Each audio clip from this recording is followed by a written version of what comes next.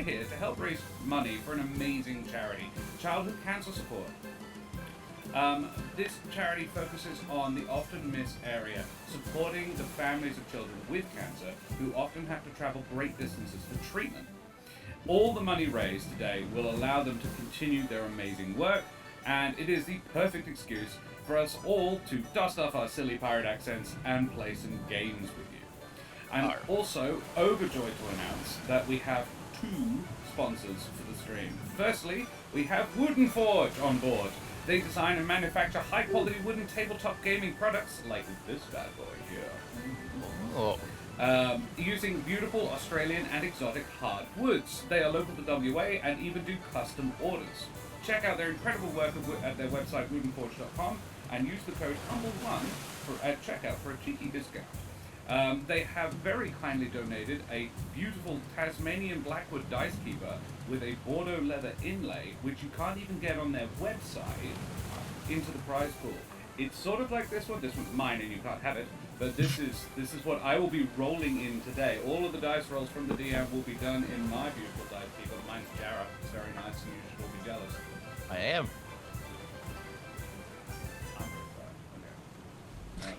I know where Josh lives, and I'm going to steal that box. Yeah. Hey, Still do one it for for me. all of us.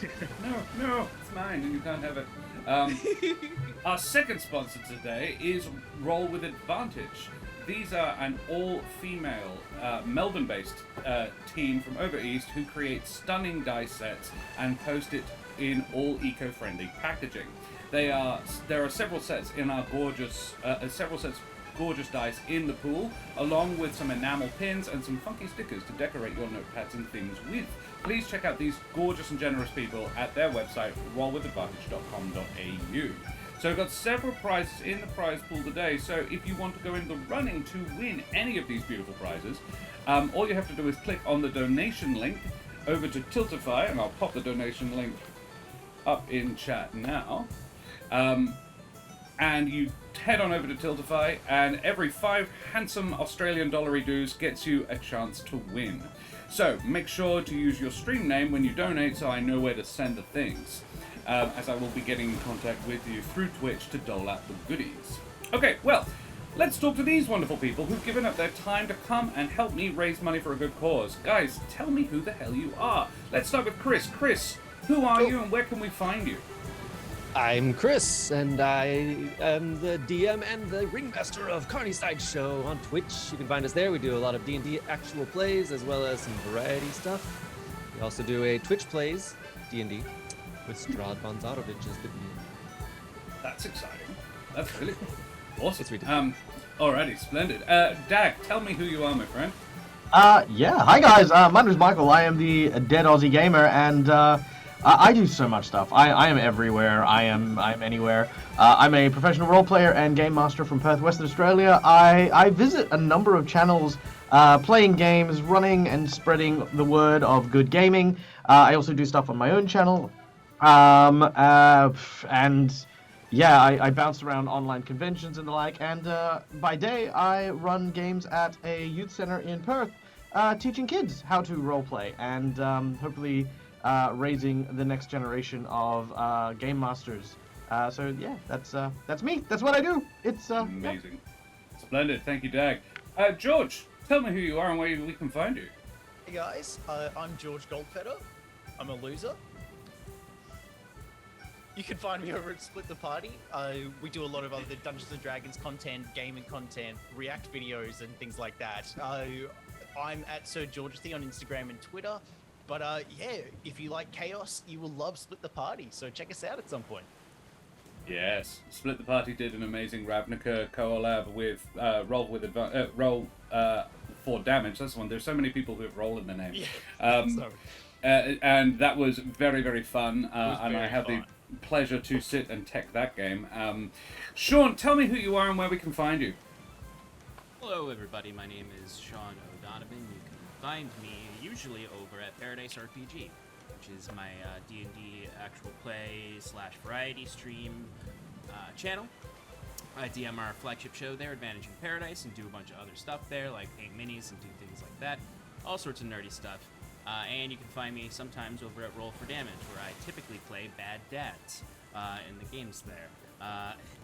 And over the next few weeks, we'll be be the guide for a Quest 3-shot that Josh is doing as well.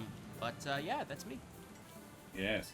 Sean, apparently you're a little quiet. If you wouldn't mind turning up your microphone a little bit, my friend. Rachel, tell me who you are and where we can find you.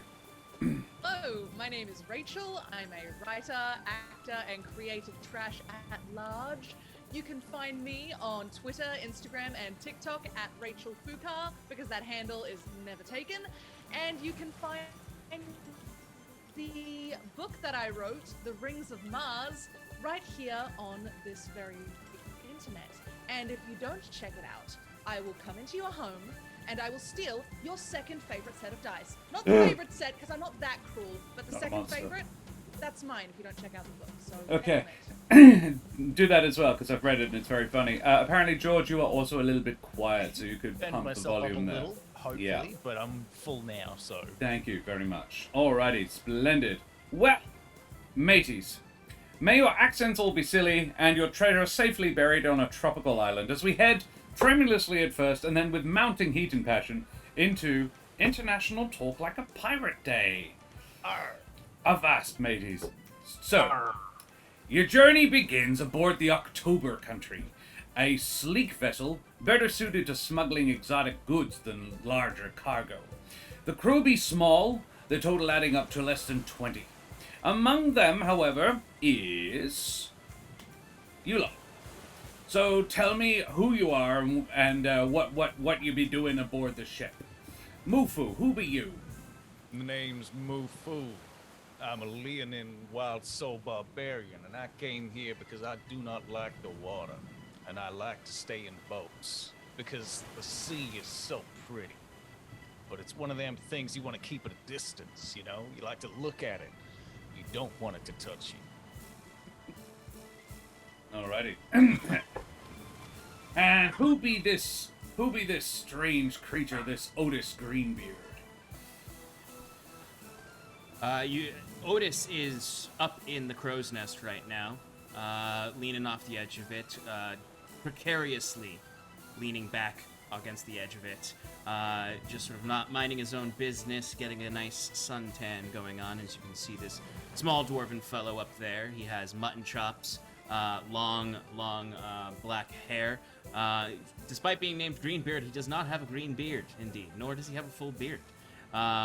And he's just sort of leaning back, bandana on, as little blue spectral fey otters swim around him, as he's just taking an afternoon. Alrighty, splendid. Just chilling, up in the crow's nest. Alright, who be this Dwyler character I heard so much about? Hello, my name is Dwyla. I'm a dwarf paladin, and I'm just sitting on the deck of the boat, leaning on the edge, and sharpening my great sword Mangle, ready for a fight whenever one appears. Oh, Rachel, if you could be turning up your microphone a little bit, please. Oh, goodness. All right, then. And there be a strange turtle-like shape on board as well. Who be that then? Dude, what's up? My name's Don, and I'm just chilling on this boat. I drink a lot, and really I'm just trying to find some inner peace in this ocean place with that, so. Splendid. And finally, there be a strange creature that none of us ever be seen before, some sort of mystical creature from the depths, who constantly be hiding on board. Who be that then? Hi. My name is Arlo Flagstaff, and you would find me pretty much running around the deck. If possible, I would probably be somewhere on the railing of the ship, with my trusty flintlock named Delilah in hand. I'm aiming at the passing fish, specifically the blue ones, because they taste better. And every now and then, a bolt of lightning flies from my chosen pistol, and will use lightning lure in order to catch some fresh, delicious, tasty treats to enjoy. Yeah. Splendid. I believe you actually might be a little loud there, Dak. Oh, I'm a little loud. I see how You it is. certainly sound loud to me. Well, that's because I'm exuberant. That is true. Alrighty. Well, that'd be fine and glorious. So, the captain, who has been secretive about your destination since you left your last port of call, which was CX Cardinal, saying only that there was a significant haul in it. Which is good, because you took on no cargo before you left. Only a willowy elven woman, with a strange dagger at her hip, who has not yet left the captain's cabin since you left port 3 days ago. You sailed east along the Sapphire coast for the first day, and then dog-legged back out to sea, heading northwest. Almost like the captain feared pursuit, and sought to avoid it. He has kept you at arm's reach for most of the journey, coming out of his cabin mostly to issue commands and order food. The crew is excited, if a little uneasy, about the strange circumstances. So, what would ye all be doing on board the ship? What be your roles here? We have Otis as the apparently the lookout. What other sort of jobs do you have aboard? I think Don would be swabbing the deck, you know, wax on, wax off style, just like going through the motions, man. It's so cool. Just helps me relax, and really it makes the deck look better too. So, win-win. Well, that'd be true. Mufu, what is your job aboard the vessel? Mufu's a big, hulking lion man, so I'm gonna guess that he's probably a cannoneer or something like that. Love that. Love it. Yeah. Dwyla, what do ye do? Well, listen, I'm a bit all over the place. I do whatever's needed, and at the moment what's needed is to tie some ropes into very fancy knots, because I'm good at that. Dwyla, I'm gonna be arbitrarily saying then, if you'd be doing a bit of everything, you'd be the second mate aboard this here fancy vessel. Right. There you are. You get a promotion. And Arlo, you're a bit of a stowaway. Did you stow away on this particular vessel, or are you? Yes, so Arlo has indeed stowed away aboard this vessel. And while it is very difficult to catch Arlo, he has started to seed many rumors among the crew about superstitions about throwing otters off their vessel. Very bad portents indeed. Stormy weathers, vicious monsters from sea. Shouldn't do it. It's always lucky to have an otter on board the ship. And definitely proven time and time again, because the ship's still here, and so am I. So I mean, Yeah, no. Seems legit. Seems like a good logical train of thought you'd be putting out there. Well, mateys, the captain sticks his head out of his cabin at this point and says, "Right, you scurvy lot. Heads a department meeting. Jenkins, you're on the helm." Jenkins, a much put-upon human of middling years, takes the helm, and you lot file into the captain's cabin, with the exception of Arlo, who sneaks. I would like to. Are any of the others carrying something that would be akin to like a bag or a purse? I don't know. I've got a Probably got a little purse? satchel, yeah. Sure. As an otter, I can squeeze into anything I can fit my small head in. So I'm going to sneak in via Mufu's little pouch there. I'm just gonna like. That's a What was delightful that? mental image as well. Does your weight change when you're in it, or is Mufu now carrying a full-sized otter person? Kind of full-size otter, but I imagine with Mufu's, mighty. Yeah, he's strong. Yeah. I barely notice. It's yeah. Excellent. Alrighty. A tiny gun pops out and says, "Keep moving." Oh god. Easy there, partner. Well, the interior of the cabin is unusually dark and smoky. The captain is a smoker, but usually keeps the windows open to let in the sea breeze. There has also been some redecorating. The captain's bed now has curtains around it. Several empty rum bottles are scattered around, and the chart table practically groans under the weight of all the empty plates, maps, and notebooks on it. A single lantern sways with the swell. Well, me hearties, ye probably be wondering as to our heading. Well, first I should introduce ye all to Miss Eliza. At this, the dark, slender elven woman, who hasn't appeared since boarding the ship, steps from behind the bed and smiles coquettishly at the captain, who himself seems unabashedly smitten. Miss Eliza here came to me in Seax with something of a mercy mission, you see. Seems a good portion of her family got themselves marooned on an island a day's sail from here, and they need a pickup. But on the upside, for us, the island is apparently well stocked in lost treasure department. Seems it's quite a common to wreck yourself there if you don't know how to approach it, so the job is find the island, get the family to guide us in, load them up along with all the booty that they've been able to uncover, split it even with them, and give them a ride home. After that, I'm thinking I might enjoy an early retirement. He looks cheekily at Eliza, who giggles. Be there any questions, mateys? Mufu has not been paying attention. He's been batting the swinging lantern. Mufu, Yeah, focus, eyes on me. I've been paying attention. Something about fish. Treasure, Treasure. Mufu. Fish are treasures to me. You are not liking getting wet, Mufu. Well, no. Was that part of this? No, I don't want that. Hopefully Please. not. You keep a weather eye on the horizon and your eye on the sails, Mufu. And we won't be having any shipwrecks here. I will, sir. Any questions for those who were paying attention?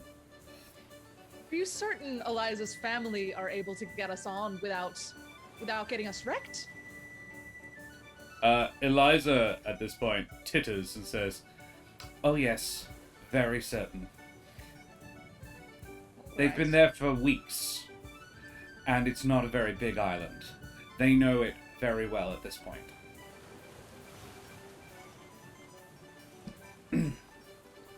The captain looks around.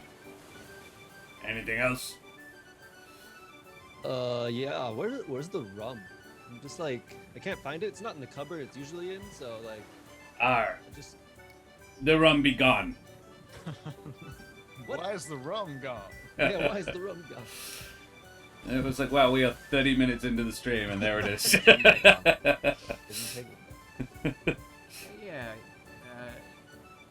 Captain, I've got a question as well. What other kind of dangers are on this island besides, the usual suspects? That is a good question. Well, Miss Eliza, you'd be the one who'd be in communication with your family. And Eliza says, it's a small island, barely more than a speck of rock sticking out of the ocean. If you're actually on the island, the only thing you have to fear is fear itself. I'm afraid of fear. The captain goes, "Ah, there you are again! What are ye?" I scurry under his bed. Ah, What's that? I'm sorry, Captain. There's a rat, and I did not catch it. Mufu, you had one job. No, I swear I got the others. That one's a huge one as well. That must be... That one looks like it ate the others. Mufu gets on all fours and he's like walking around being like, Come here a little bit. I want to eat you. There's this tiny little Oh, from under the No, bed. no, that's no way to treat a critter like that. There's no way to treat a critter like that. And you see, Otis will summon some of his Swarmkeeper Fey Otter and just sort of line them up in front of the bed. It's all right. There's no one here's gonna hurt you, little buddy. No one's here's gonna hurt you. Come on. yeah. No one's gonna hurt you. Mufu, make a deception check. Arlo will kind of do the meerkat thing and sort of do a couple of like.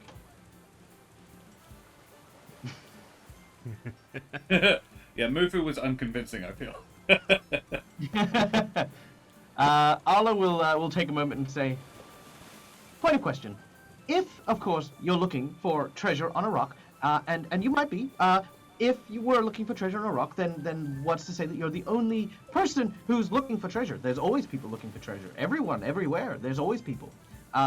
Are you the only family member that knows where your treasure is? Or maybe do you have like a jilted brother who just wants to get back at you and hires a pirate crew filled with brigands that have nothing to do with me?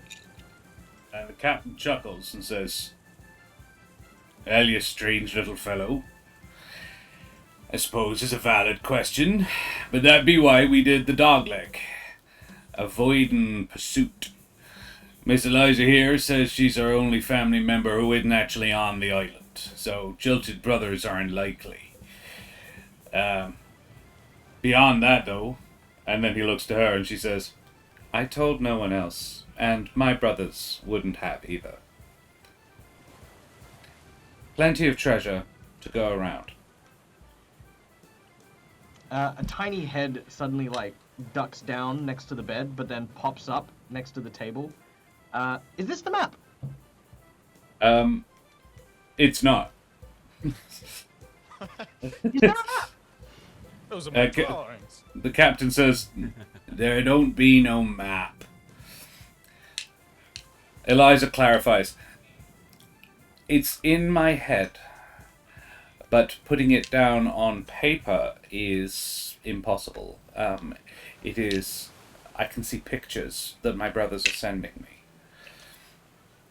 But when we get near the island, they'll be able to actually guide us in from the island. Oh, the best kind of map is one that can't be stolen, I always say.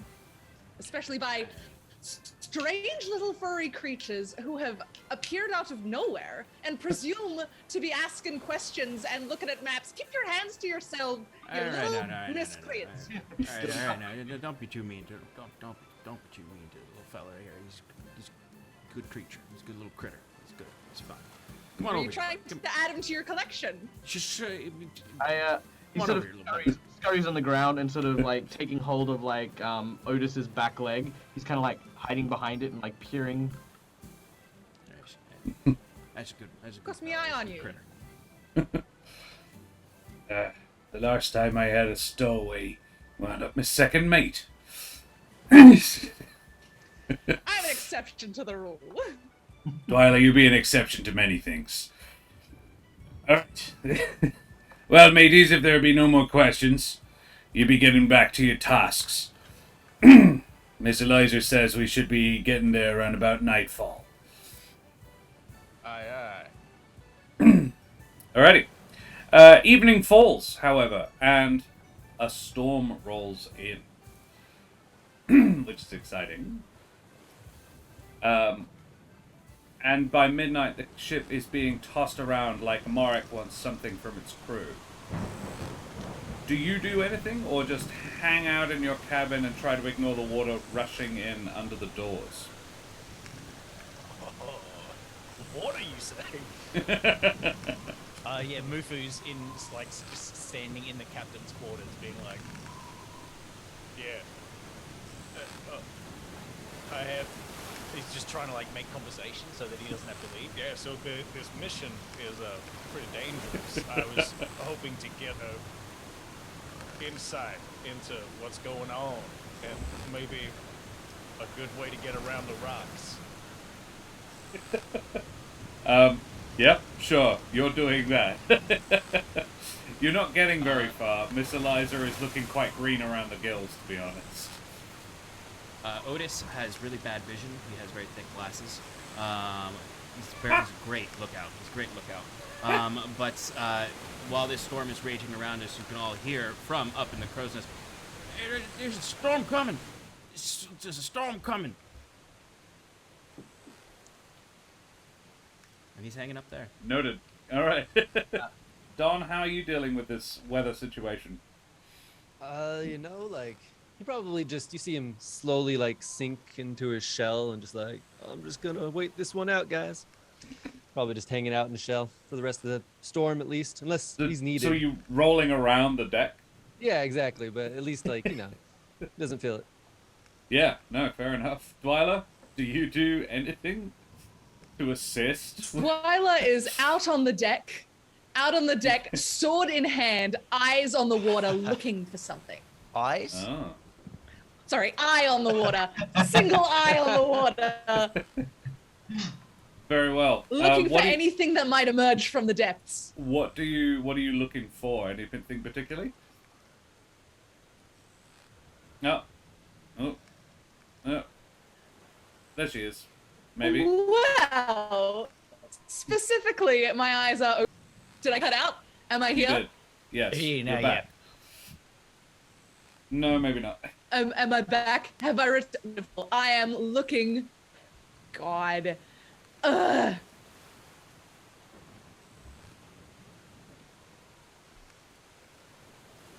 I'll just let Rachel's internet catch up with itself. Arlo, are you doing anything? Are you chilling with your new buddy Otis?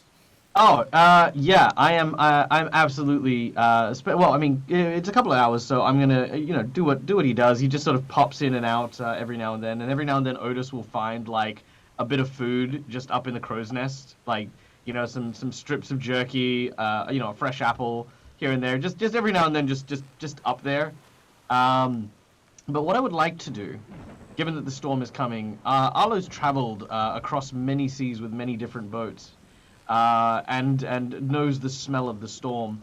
What I would like to do is I'd like to prepare an action that in the event that that we end up heading into the storm, that I would like to prepare to cast, or to duck around and grab everyone's like lifeline and attach it using a ability that I have, because as an otter person.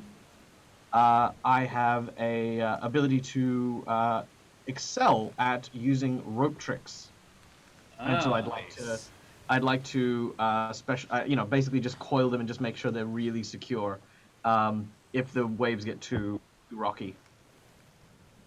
Cool, excellent. Alrighty, Dwyla, let's go this again, shall we? So yeah, what are you doing? Tell me about it. I am on the lookout for specifically a giant squid that I have a serious grudge against. But any monsters from the depths I am willing to fight, but specifically a giant squid. Make me a perception check for that giant squid. Alrighty. It's a huge white giant squid as well. And it took your eye. Yes, it did. And make a perception check, but Harvard. Yeah, oh no. No, I don't think we need to do that. It's fine. Yeah, fortunately, you do not see a giant white squid. However, someone does see something. Otis, you see... so I will say, Arlo, yes, you have attached everybody's lifelines. And, heck, that might be super handy because, Otis, you spot land. Or, yeah, in the distance, still quite a ways away. But then... yeah, what do you do? Do you say something when you see the land? Oh yeah, Otis. There's some land. There's land out there, and then he'll slide on down to find the captain. Very well, you do that. There is a peal of thunder and a particularly loud crack above you, and you feel the whole vessel shudder, as though a giant hammer has struck the ship along its center line. You begin to feel the ship quickly roll sickeningly to starboard. Uh-oh. What do? Mufu busts out of the captain's quarters and runs over, and he's like grabbing cannons and pulling them over to the side that we're not rolling towards so that we can balance the ship back out. And he's yelling, everyone, get everything to that side. Mufu, I love this plan. It becomes, however, very apparent very quickly that it's not so much the ship is leaning badly, it's that the ship is taking on an awful lot of water on that side, and no amount of cannons on one side is going to sort that situation out. You might be the right way up, but you're going down. Otis. Yeah, Otis will jump into he'll go into the captain's quarters real quickly, be like, hey, no, there's land east. All right, I can go down below deck. I'm going to take care of this holes. And he's going to rush down, and I'm going to start casting Mending on the hull of the ship. You'd need 100 menders to do this, I'm afraid. Know.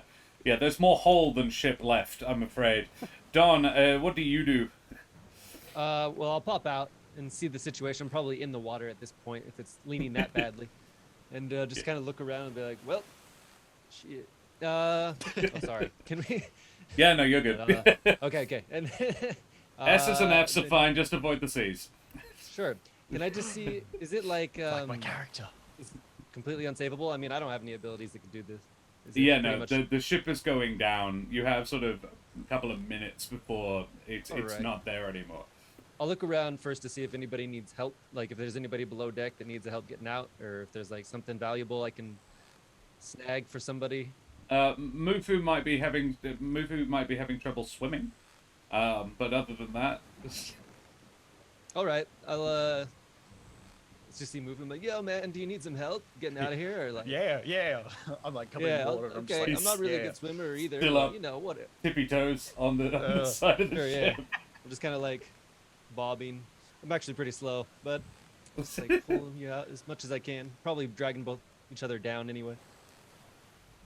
Arlo, yeah, everybody's tied to the mast, but Okay. the mast itself going down now.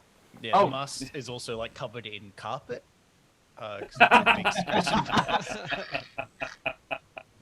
All right. Well, George, you have inspiration.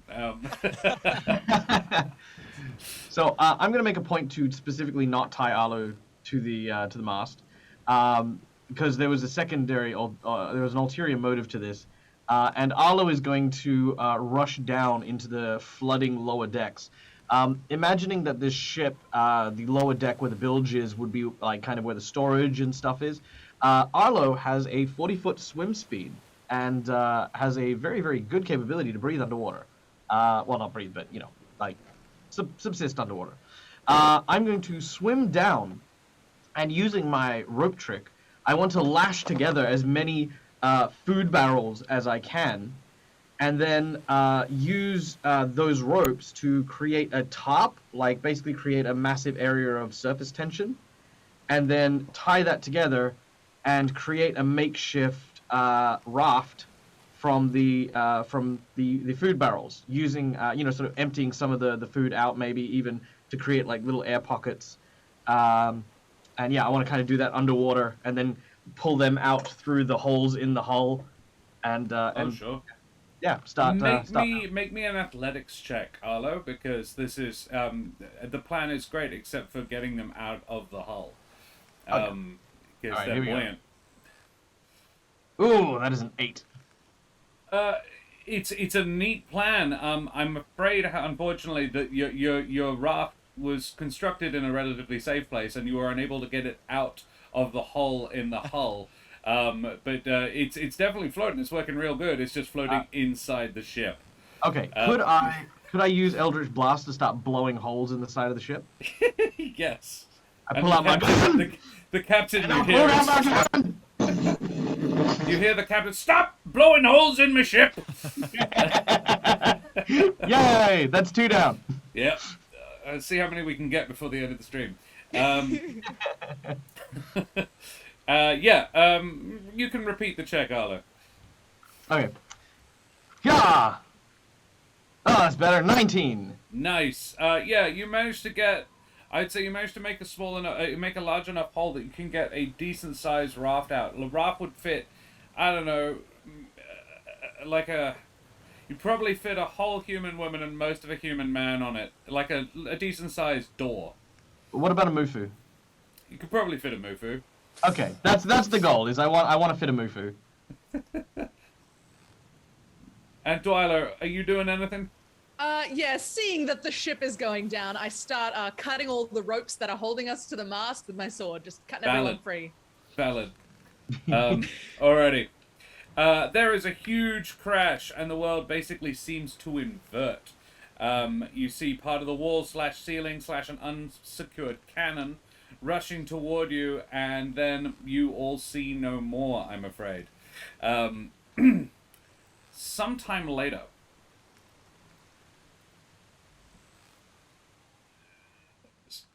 please roll me a Constitution save, everybody.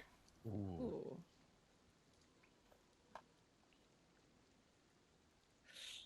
Oof.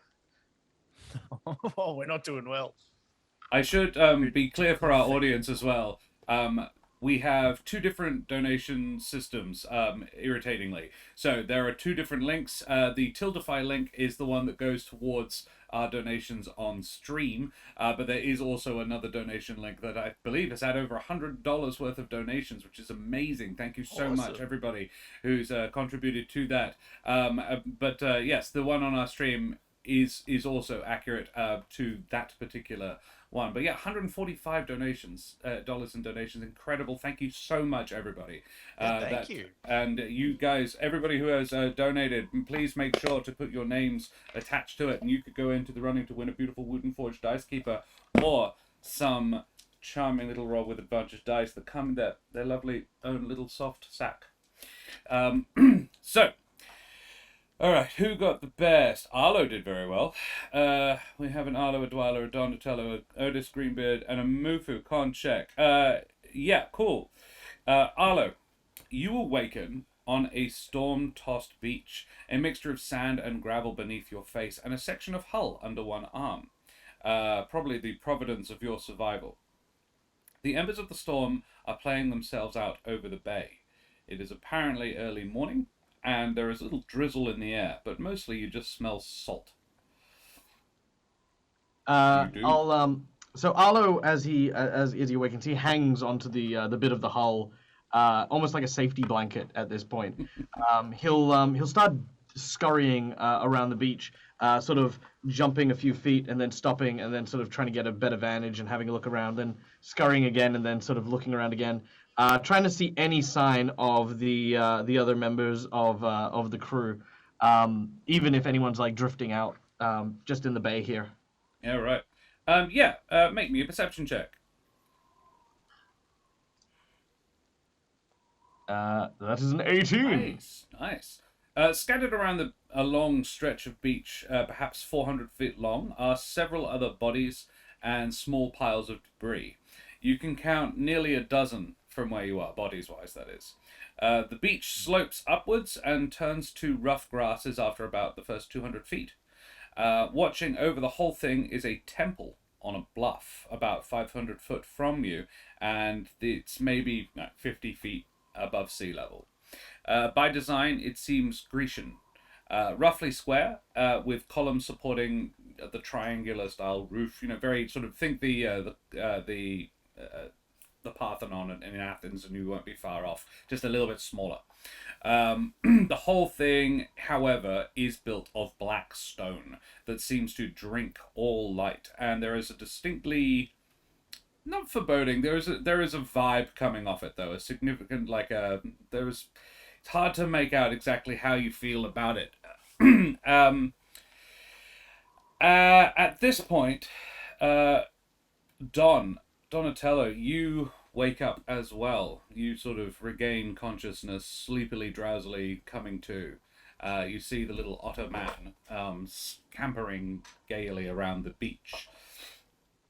And you notice everything else that he has just noticed as well. You don't see, Arlo, you don't see any bodies out in the water itself. Well, sorry, you would see a body out in the water, but it's clearly dead, like they're face down.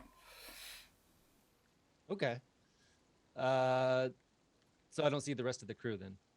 Well, you would see some of the crew, but they're all around you. But they're all most of them are washed up on the beach. At this point, determining whether or not they're alive is impossible. You'd have to go over and actually check them. The only one who's actually moving is the stowaway, Arlo. Right. So I'll probably do that. I'll say, first I'll make myself known to Arlo, like, hey man, yo, you're alive. That's cool. Tommy! Ow. That's a lot of energy, man. All right. I'm gonna check the bodies, make sure they're not dead. Yeah. There's some out in the water. I'll go get it. Here, hold this. And I'm gonna give him the piece of hull that I was holding on to. Fuck. Okay. Spina, can you make me can you roll a d6 in chat, please? Same command as roll for damage. So this will determine what you find when you get to the body out in the water. And Don, you are checking one of the bodies on land? Please Yeah, no. on the beach. Sure. I'll make it be known. I'm also looking for any leftover alcohol that I can find. Takes Noted. top priority. Yeah, you find several barrels on your way over to this body, but most of them contain, well, whatever was in them is very much spoiled. Could be a No, bad day. no Spino. Alrighty. Possibly, can we get serum instead? A D6 in chat, please. I would say the body you find, Don, you managed to find. Oh, there we go. Serum roll a 3. There we go. Yes. So you find the first person you find, Arlo, is this body floating face down, is a huge hulk of a man. You recognize the former ship's carpenter, Steiner, but he is leaking. He is clearly like imbibed so much seawater that it's actively seeping out of him at this point. He is not looking good. He is clearly dead. In fact, Arlo, make me a medicine check. All right. Oh, Told you! Ugh! there it is. 21! He's dead. he's been dead. Well, now here's the thing, Arlo. He looks like your experienced eye, and you've seen a few corpses in your time. Oh, yeah. He's been dead for weeks. Like What? this is a badly dead body. And Don, you find a willowy woman, Yvonne, one of the riggers, who is quite beautiful. Again, before the ravages of the elements took their toll on her. Her grizzled face is a tarnished parody of what it once was, unfortunately. Again, and I'll let Arlo's nat 20 pass over to Don as well. Yeah, she's been dead for ages. Like, you may not be super familiar with what humans look like when they're dead. But, yeah, this one has been dead for a while. This one smells bad. Arlo, we've got a dead one over here. Yeah, this one is dead as well. I'm going to empty out the carpenter's pockets. Arlo, as you go to do that, the Squish. body reaches out and grabs the front of your shirt. Don, you notice the woman underneath you also begins to writhe. I phrased that wrong. The woman at your feet. I'll try and step back as fast as I can. Yes, not a bad idea. Yeah. Shoot, he's in the face! Shoot him in the face. Arlo, feel free to shoot him in the face. Make a ranged attack at melee distance. Excellent. So this is flavor-wise. It's actually Eldritch Blast. Sure. But it's still a ranged spell attack, isn't it? Yeah.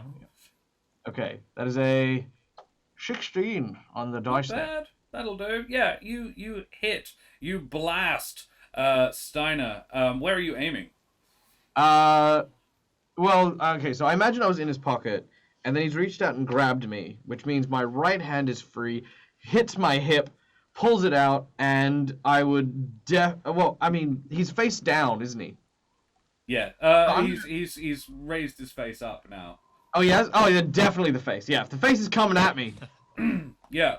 So Steiner's head comes up, the jaws clacking together once, and then you shoot the lower half of the jaw off. And it does not seem to... roll me damage. 8 points of damage. 8 points of damage. 4 plus 4. Yeah. Steiner takes 8 points of damage, which maths that. However, it does not seem to incommode him overly, and he continues to get up. Please roll me initiative. Sorry, just to clarify, are we still swimming? You are in sort of knee-high water. Okay, yep. Don, you are on the beach. But both of you can roll me initiative, please. And the rest of you can too, if you like. Fun. Arlo, wow, with the rolls. 20!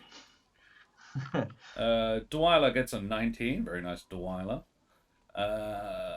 21 Otis, from a Mufu. 12. Mufu gets a 21. That's cool. And what am I missing? Don gets an 8. That makes sense for the turtle. And I will now roll for the zombies. Spoilers, they're zombies. 6. 8 on the dice, -2. Cool. Alrighty. Splendid. So, yeah. There's a couple of zombies, and Arlo. Yeah, you've just shot one of them. He is still getting up. He actually gets to his feet and tries to grab you. You duck out of the way of him. What do you do? Okay, yeah. Seeing the rotted corpse of a former ally, sort of walking towards him, Arlo still has gun pointed. Says, "Look, I didn't mean it. You look. You can keep your stuff, okay? Just get back down there." And he's gonna keep shooting him. Very well. Shoot him again. Again, unless you have disengaged, yeah, you're still in range. You're still in melee. Yeah, that's fine. So that is 21. 21. Cool. Wow. At disadvantage? Oh, sorry. 17 at disadvantage. Not bad though. That'll do. Roll me damage. 11. Nice. Very well. Yeah. Steiner takes another crack to the chest, and it seems to slow him down a little bit, and he looks sort of dumbly down at his chest and then back up at you, and of course he doesn't have a jaw anymore, so he just sort of, yeah, he grumbles at you. He is now leaking quite badly, and it's just water is pouring out of you. You do, however, notice that breathing is becoming quite... Can you breathe underwater? So I don't think otters can, so I don't see why you would be able to. Let's see. I can, because I have the patron of the unfathomable. So Yeah. I have breathe underwater as an ability for Not a problem, then. That's not an issue for you. Out of curiosity, can Don breathe underwater? No, but I can hold my breath for 1 hour as a truck portal. Right. Well, that's beneficial. Yeah, wow, the best two people to be awake for this. So yeah, unless you have anything else, Arlo, we will move to Don. Yeah, no, I don't have anything I can do with my bonus action, so I'll just actually, I'm gonna. I mean, how injured? I mean, I know this is ridiculous to ask for a zombie, but like, how together is this zombie? Like, does it look like it's about to fall to pieces, or? It would be what's the word? Bloodied. Okay, I'm gonna try this if I can, as I'm going to use a bonus action to basically load a special bullet into a pistol and fire yet again using Tentacles of the Deep as a bonus action.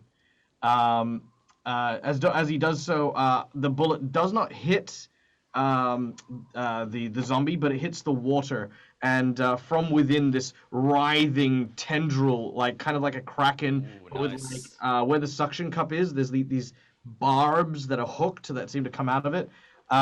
It reaches up and is going to attempt to strike at the zombie. Ooh, very nice. That is a 25. 25, yeah, that'll hit. And that is 8 points of cold damage. Very nice. Yeah, he also takes that. That's an interesting point. Okay, cool. Cold damage. Yep. Very and nice. Its speed is reduced by 10 foot until the start of my next turn. Very well. Okay. Apparently, our donations actually are doing really, really well. It's just not updating from Tiltify. We have actually raised $175, which is very exciting. Plus, and this is actually fun as well, almost $100 over on the other one. So yeah, we're well over $250. Thank you so much, everybody. This is incredible. Yeah, It's just not updating on my on the stream. I will fix that during the break because I'm playing a game right now, and that's more important. So that is Arlo's turn. Don, what do you do, my friend? So I take it. There's no There is communicating with these things. They're just coming straight at me. Yeah, she's stood up. Well, she's in the process of standing up, and yeah, she's her jaws are clacking together in a kind of sickly way. Okay. Think World War Z, that sort of. Oh. Yeah. Okay. In that case, you see as Don starts to move way more flexibly than any turtle should be able to, and goes into attack, I guess. Oh, please do. Would I have my quarterstaff, or would I have lost it? If you think. No, there's probably a piece of driftwood around to replace it with if you did lose it. But I have no problem with you keeping your weapon. Cool. Then I will. I would have said you probably like strap it to your back or something. Yeah, like Donatello. All right, so here we go. There's a 22 to hit. Just yes. Just okay. One-handed. Oh, what? 4 points of damage. Hey, look. Do flurry of blows. Very well. And put of course. Of course. And then, what is that? 2 more attacks. Yes, please. Unarmed. Feel free to just roll them all at once. Okay, sure. Yeah. Oh no. An 8 and a 19. An 8 and a 19. The 19 does. The 8 actually does as well. All right. Cool. These things are zombies. They're much very low. 9. 9. Oh, there you go. 5. So And a 14 5. points of damage. 14 more points of damage. So all up, that's 18 points of damage. That's pretty decent for an opening round.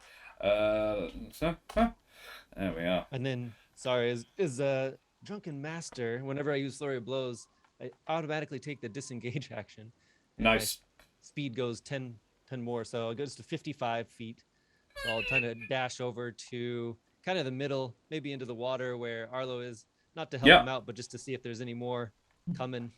Yeah, you can see, probably, make a perception check. Oh. And Don, 30, you filthy 20. You notice, firstly, that breathing has become really difficult. It's like you're underwater, but you're not. You're standing up. Not a problem for you particularly. You can hold your breath for ages, but yeah, if you open your mouth, you'll feel like water is coming into it. Okay. And if you do that, you'd actually wind up having to spit it out. And when you spit it out, there's water in your mouth. You will notice that there are, beyond the 2 zombies and Arlo, there are 6 more figures on the beach that are starting to move a little bit. And next up, Steiner and Yvonne, the 2 zombies. Steiner is going to make his attacks at little Arlo. So the first one will be a bludgeon. Wow, a 19 plus 3 to hit. Plus 24, Arlo. Oh, that'll absolutely hit. It's splendid. Which is a D8. That was the worst possible roll. 4 points of damage to Arlo there. Dang it. Now, as that happens, Arlo, seeing his friend Steiner, he's kind of like half pleading with him. He's got his gun. As he takes the blow to his face, you see one of his whiskers is kind of like slightly bent, and he looks at it and he like, "Oh, I didn't want to have to do this," and he straightens his whisker, and as he does, he takes off his hat. Hellish Rebuke, and I'm gonna blast him with 5d10 damage unless he makes a dex save. Jesus Christ. Alright. 7. Probably does not. probably does not make the deck save. And Dag, I'm going to give you inspiration for the hair flick. Yeah, 32 fire damage. Yeah, Steiner immolates. He stops leaking water and sort of falls back into the water and extinguishes both life force and the flames that were burning him as well. I dust the rest of Steiner off my hat before I put it back on, and then Arlo goes, "Oh no, the loot!" And he holds like the dust, and he's just sad. Yep. Yvonne is going to stagger towards you, but I believe she only gets like 15 feet, given what Don did to her. And now the rest of you, you are waking up as well. However, you guys all breathe air, right? So you are all coming to, but feeling like you're still underwater. Don't like that. Bless you. So yeah, and as you sort of groggily, blearily wake up, Mufu, it is your turn. Yeah, there is the other three other figures, Arlo and Don, you notice stand up. You notice Moon Whisper, the goblin cook from the ship, Samson, who was, I just did write this down. Samson was a stevedore and a general seaman. He's clutching a polearm in one hand and his own hand in the other. And Delilah, a halfling woman and an adept steerswoman and lookout. Well, she was before the storm took her. Now she doesn't have any eyes at all. There's a lot of women with who are eye challenged aboard this vessel. Can I just take a quick moment to appreciate the fact that you've taken the time to backstory every single one of these zombies, who the first time you're building the backstory with them is this moment of like they're dead, but also so you know, here is all of your emotional baggage that you're now dealing with. You liked her. She was nice. I liked the cook. She used to sneak me a bit of bread. Moon Whisper did amazing cookies, and he was fully aware that Arlo was on board and really liked him. Moon Whisper's a scamp. And she was going to teach me how to make her cookies one day. Yeah.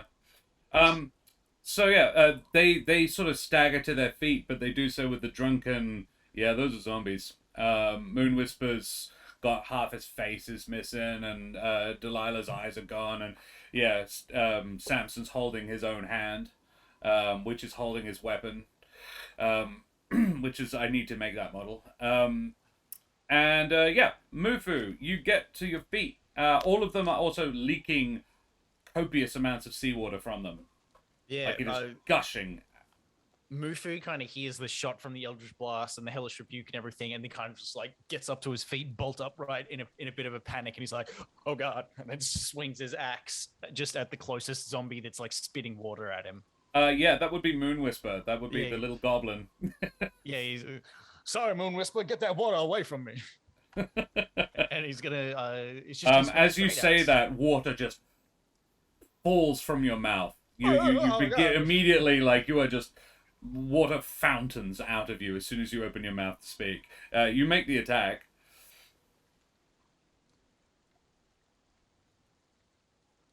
.22. Yeah, that. Good. Yeah, again, just hits. Yeah. Oh, damage.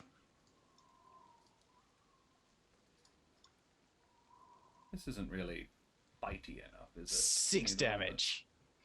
Washed up. There we go. That's a bit better.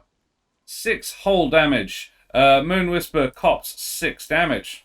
I do have an extra attack too, so Moon Whisper's gonna cop it a second time. Hopefully. No! With the great 19. axe. Yes, he does. I think a lot of you are going to be struggling to miss. For 7 more damage. Very nice. 7 whole damage. Wait, Moon Whisper, are you okay? Well, actually, it's more high pitched. It's like sort of staggers into you and tries to numb your shin. Yeah, every time I talk, the water's coming out in the back. And you are noticing. You are noticing also that it's you can't get a breath in.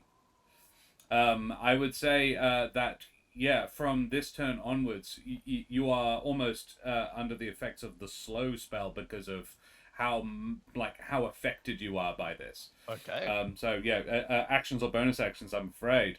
Yeah. Next is we are back to Arlo. So seeing the other crewmen, um, do I think that the guys who are alive, who are vomiting copious amounts of water, just like the carpenter, do I have any reason to think that they might also be zombies? Yeah,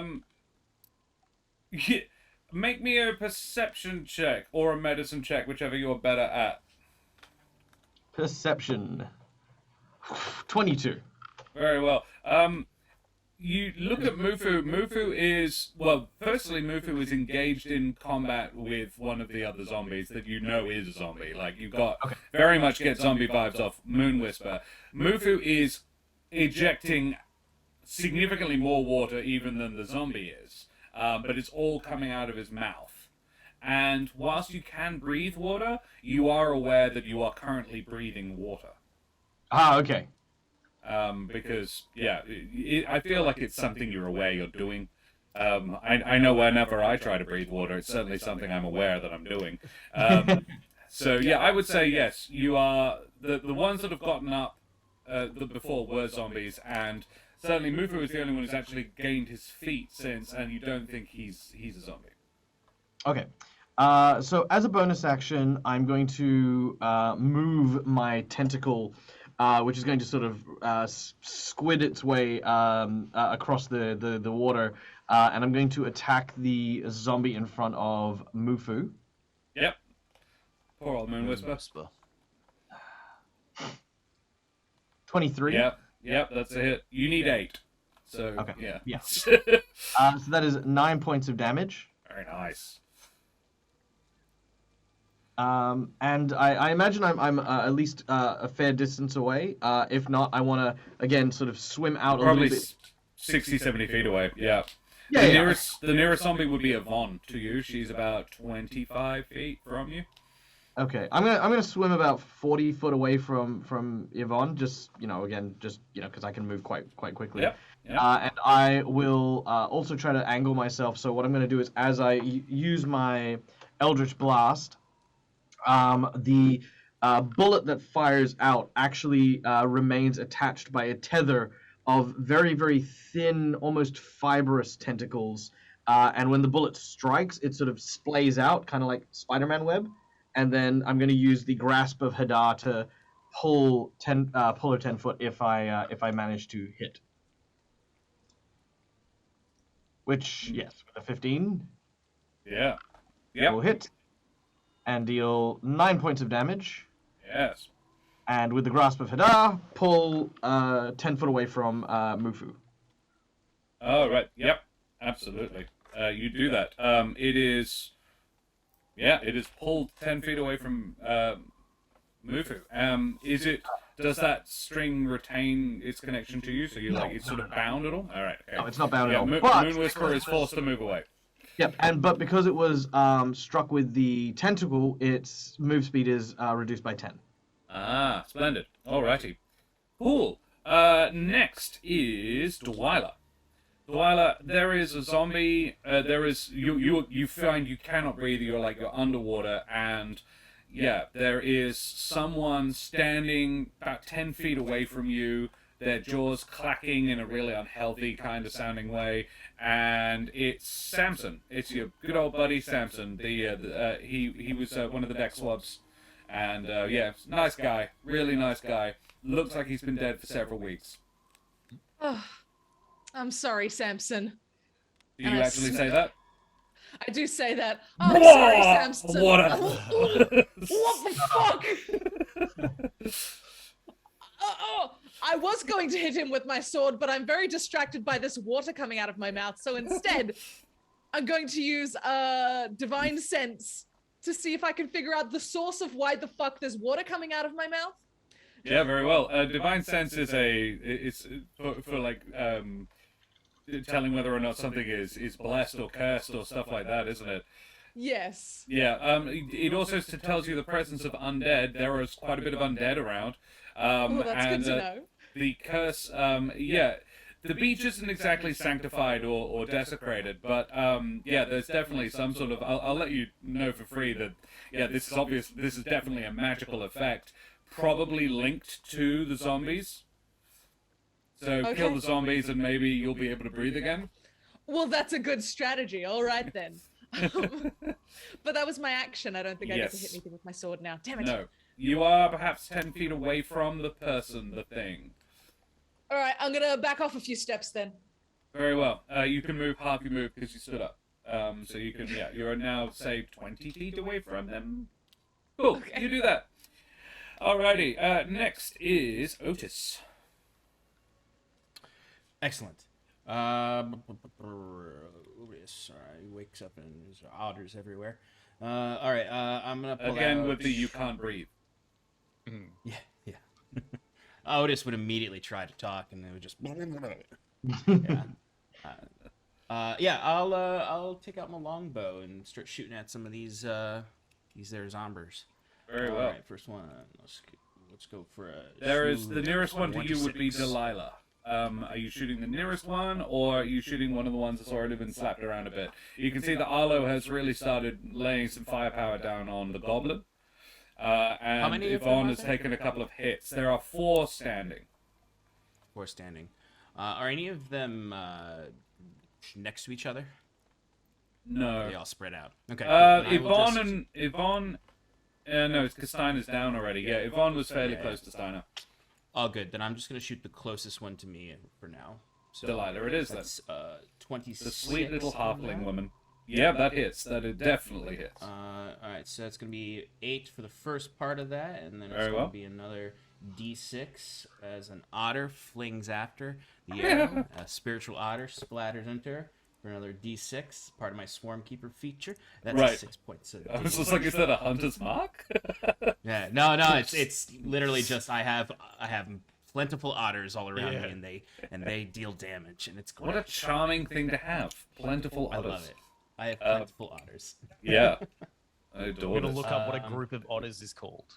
I'm gonna also use this is a free action. Use favored foe, which gives me another D6 of damage.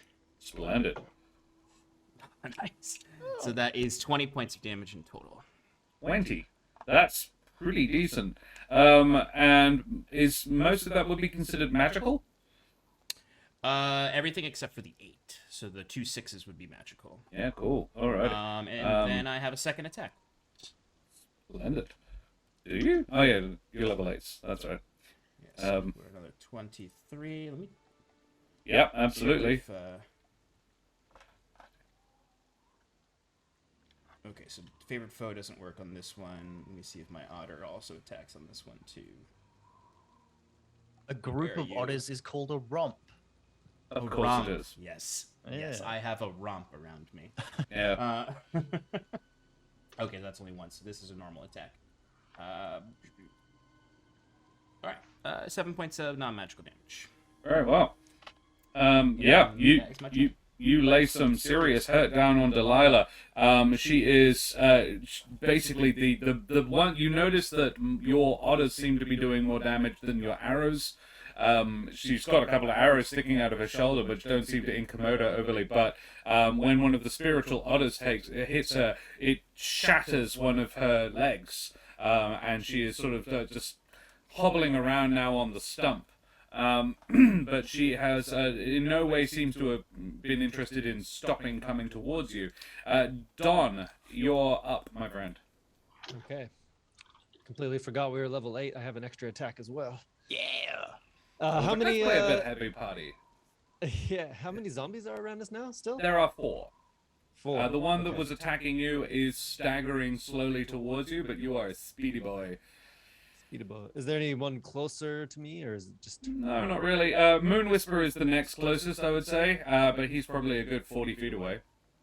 Okay, then I'll try. If I is there a bit? Am I able to get to 2 of them? Like if I go after her, I'm gonna go after her first anyway. See what happens. Sure, All right, yeah. so I'll just rush back in to her, try and hit. Yeah. That is a 17 to hit. Definitely hits. Are your blows considered magical at level 8? I believe they... No? Hold on. Let's see. Hold on. It might only be some kinds of monks. Yeah, I think it's... No, it's all monks, but I don't. It's a Is it? specific level. Yeah. I couldn't remember what level it was at, because I think Charlie Roughhouse is magical damage, and he's You're, only level 7. 8, right? Yeah. Yeah. Is it level 9, maybe? No, I don't know. I didn't see it, though. I was looking for it earlier. Maybe I missed it. I was hoping. Nope, level Anyway. 6. Yeah. Level 6, yeah, you're magical. He empowered strikes. That's the one. Well, fortunately, you got it for the first times anyway, because I wasn't sure, so I just gave it to you. Yes, 8 damage for the first strike, absolutely. This rocks Yvonne, but she's still up. One of her arms is now hanging completely limply, though. Okay. Second attack. Extra attack. Let's see. Oops. Come on. There we go. That's a 13 to hit. Yep. And another 8 points Ooh, damage. so close. She is still up, but she's looking ragged. The water pouring out of her has almost stopped pouring out of her. Very little water is gushing anymore. It's barely a trickle. Okay. I'll just do bonus action unarmed strike then. Okay. 21 to hit. Yes, you kill her. Okay. That's the number you needed the first time. Yeah. Yeah, Yvonne goes down and, yeah, really just sort of collapses, loses all structural integrity, and the body parts just sort of flop to the floor. It's quite unpleasant. Alrighty. You have... you could... You've done your bonus action. Yeah.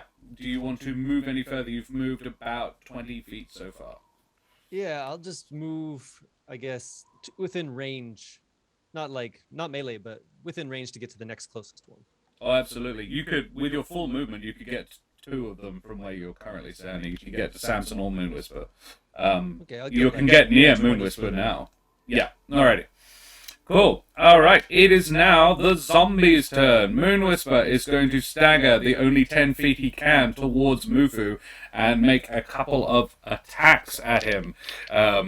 It's my turn now, boys and girls. Alright, so these things have 2 attacks. The first is a bludgeon, which 17 plus 5, 22, Mufu. Yeah, definitely hits. Alrighty, for 6 damage.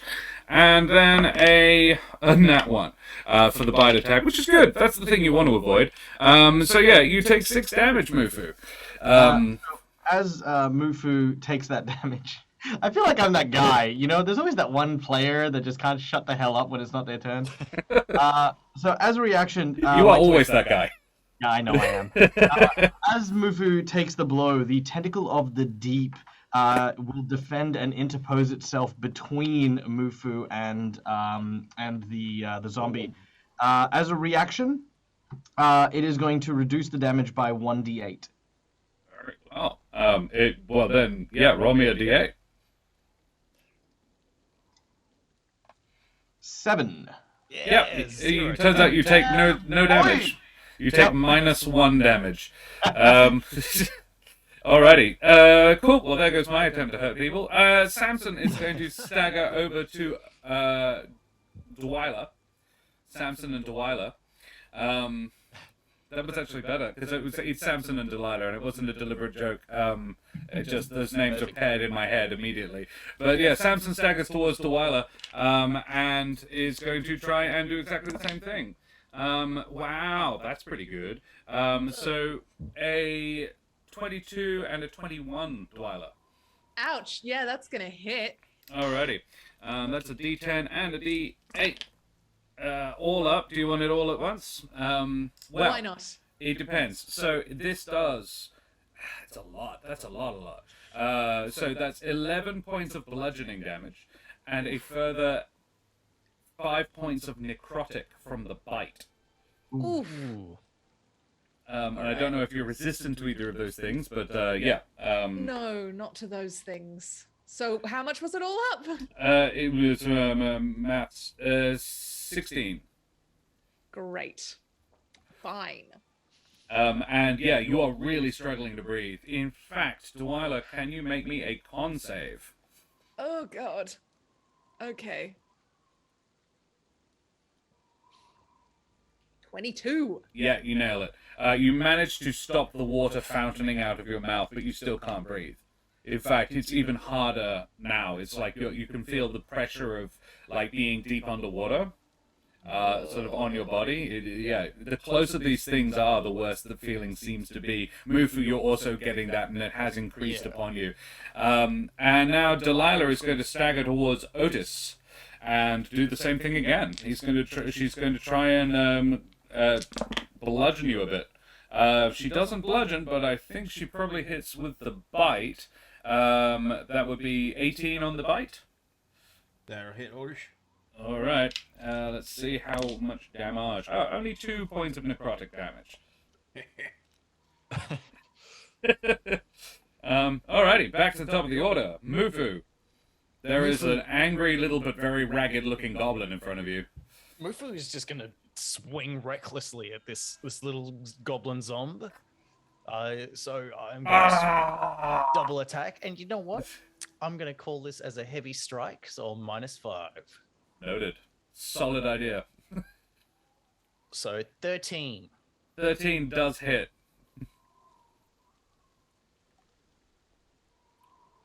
Ooh, for a lot. Nice. For a Plus lot. 10. So Yeah. 21 damage. You shatter, Moon Whisper. You just, is this bare-fisted? No, this is with my great axe. All right, yeah. I really enjoy this. Yeah, how do you do it? I'm like at the same time trying to like hold all of my orifices so that seawater and water doesn't keep coming out, whilst I'm just like, because I'm gonna kill you, moonshine. And then I just like swing this giant axe one-handed. Yeah, you cleave this thing, and whilst it doesn't completely dissipate, the water flowing from you does rapidly decrease, and you can feel still can't breathe. You're really running out of air. But it's nowhere near as bad. It's really just sort of a light dribble now. Yeah. You have your full movement. The nearest zombie to you would be about 40 feet away. It would be Samson.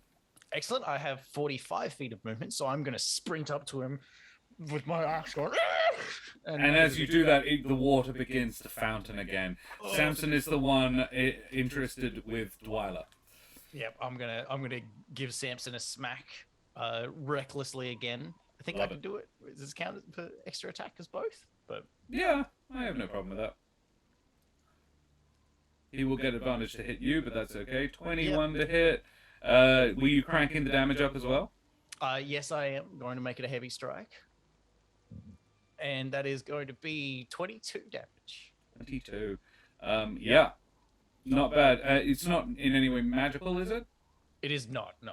No. Alrighty. But that's still 22 points of damage on Samson, which takes him down to that much. Excellent. Well done. Very nice. Samson, I'm going to say you cleave off the hand that was holding the bilgehook. Yeah. So, yeah, he is now unarmed, which is, yeah, that's good. I have 3 arms. Right. Arlo, we're back to you. All right.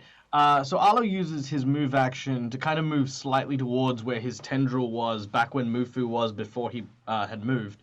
And again, I'm going to use the Flintlock Eldritch Blast to shoot at Samson. And I'm going to try and line it up, so I'm going to pull it 10 foot towards me. Mm-hmm. So let's see if that works. And I'm going to, you know what, I'm going to burn my inspiration on this one. Because why not? Yeah. There's something later that you might need it for. Yeah, I mean, I could try and earn more. I mean, I can't earn more. You could. I appear to be being pretty frisky with them today. 23 to hit. Yes, you definitely hit. Okay, so that is 12 damage. Lovely. All right, and as those tiny little fibrous tendrils sort of wrap around him and pull him 10 foot forward, you mentioned that from his previous location he was 40 foot away. Having pulled him backwards, he is now 30 foot away from my tendril, which is now within my bonus actions range to move the tendril, sliding across, and thwap him in the goddamn face. You slap him.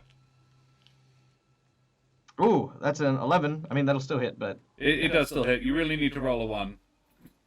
Well, With that plus 7. 10. Tendril of the Deeps. One assumes this is magical damage, right? It is cold damage, so yeah. Alrighty. Yeah, it takes it. And Samson seems notably slowed. And the water, again, is reduced to a trickle coming out of him. Yeah, cool. Marvelous. Anything else, or are we going to Dwala? Nope, that's it. Move action, standard action to shoot, and then bonus Marvelous. action to get the tendril to... Dwala, it is your turn. The thing that you were being assaulted by has just been moved 10 feet away and is slightly less salty now. All right, well, I'm gonna run towards him, sword held high, and smack him Ah! right in the head. Oh, yeah, it sucks. How do you do this? Both hands above my head, going for the face, just a straight down. Your belching water roar of anger immediately becomes less so as you just destroy this beast. This former crewman of yours that was a really nice man. And yeah, he just sort of collapses again into just pieces, basically a pile of offal at your feet. The water is still a little bit trickling out of your mouth. You still can't breathe, but it's nowhere near as bad. And you, from your divine sense of the turn before, I'll allow it to carry over.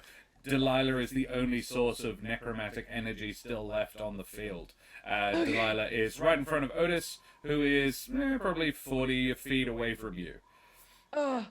I don't think I can get there to do my second attack, but I start running towards them, just sword up, ready. As you get closer, the water increases coming out of your mouth as you charge. Right, Otis, there is a Delilah. She's not up in your face because you're quite a bit taller than she is, but she's up in your belly. I'm a dwarf, so. Oh, actually, well, yeah, dwarves are fairly tall. They're taller than halflings with one leg. Oh, that's true. Fresh is halfling.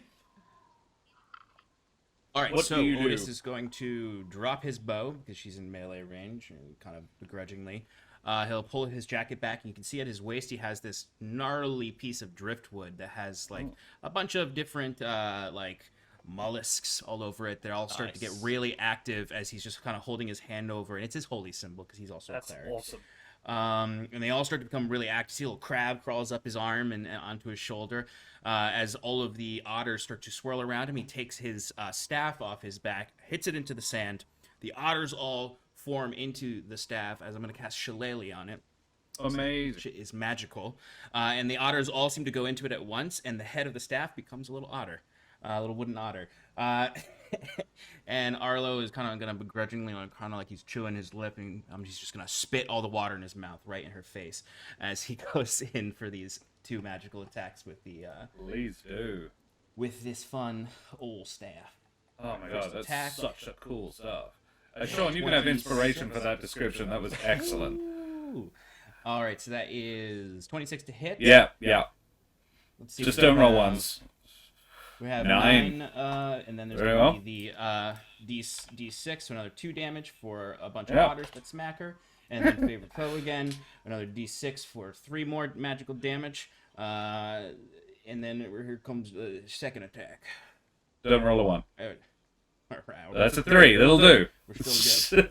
Yeah, how do you do this? And that's going to be 8. All right. So I'm just going to spit all the water in her face and then kind of really quickly take the staff and uppercut her with the bottom of it into the face and then kind of twirl around with it. You see all the otters form behind the staff as he just thwacks her and all the otters smash into her magically and it just all goes everywhere. It all goes everywhere. And the flow of water stops. And you can all breathe again, even the ones that didn't really need to breathe. Ugh. Man, And there you I are. like water. You stand on a recently cleared beach, surrounded by the desiccated bodies of your former crewmates, and a stowaway who has crazy dangerous powers. What do you do? I loot the bodies. Yo, dudes, where's that chick that like was supposed to bring us here? Oh God, was she one of them? No. You can make me investigation checks if you like, and tell me what you're looking for. Looking for that girl. What's her name? I forgot. Eliza. Eliza. Funny. I will do an investigation, but I am specifically looking for signs of anyone else, like perhaps somebody who's left this area. Very well. Yeah. In which case, yours will be survival, Muku. Okay. Otis is going to try to find the highest point he can reach nearby to start scoping out the island, Yep. particularly looking towards that temple. Very well. That temple would be the nearest, the only high point, really. Arlo, 21, yeah, you find a total of about 23 gold pieces in various people's pockets.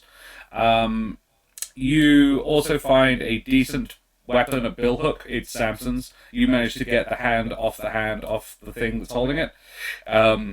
If you want to keep it, it is a polearm or a halberd. Muku, you do not find any anything. You do not find any tracks of anybody, probably because of the storm. So rain-washed beach doesn't keep tracks very long. So even if somebody did wash up here and then leave the beach without you guys, it would be impossible to determine. Don, what were you looking for? Sorry.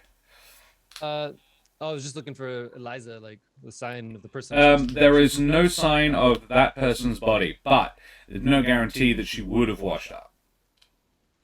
The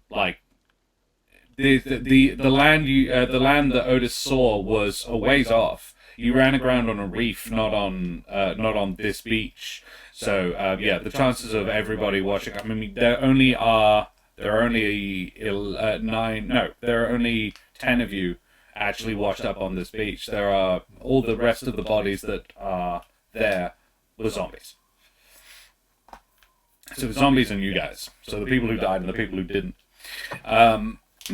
Arlo, you find a pretty decent weapon and some gold. Otis, do you go up to the temple to have a look around, or are you just scoping out the temple? Yeah, I'll go and start looking around the temple. Very well. Otis, a 9. Look, you get to the temple. It is a temple. It's the upsetting thing about it is that it's made of this black stone. It's a really unusual thing to make this style of temple out of. They're normally traditionally sort of a creamer color, and it's not giving off the nicest vibe. I wouldn't say you're definitely getting like that it's cursed or anything like that, but it doesn't feel like a nice place.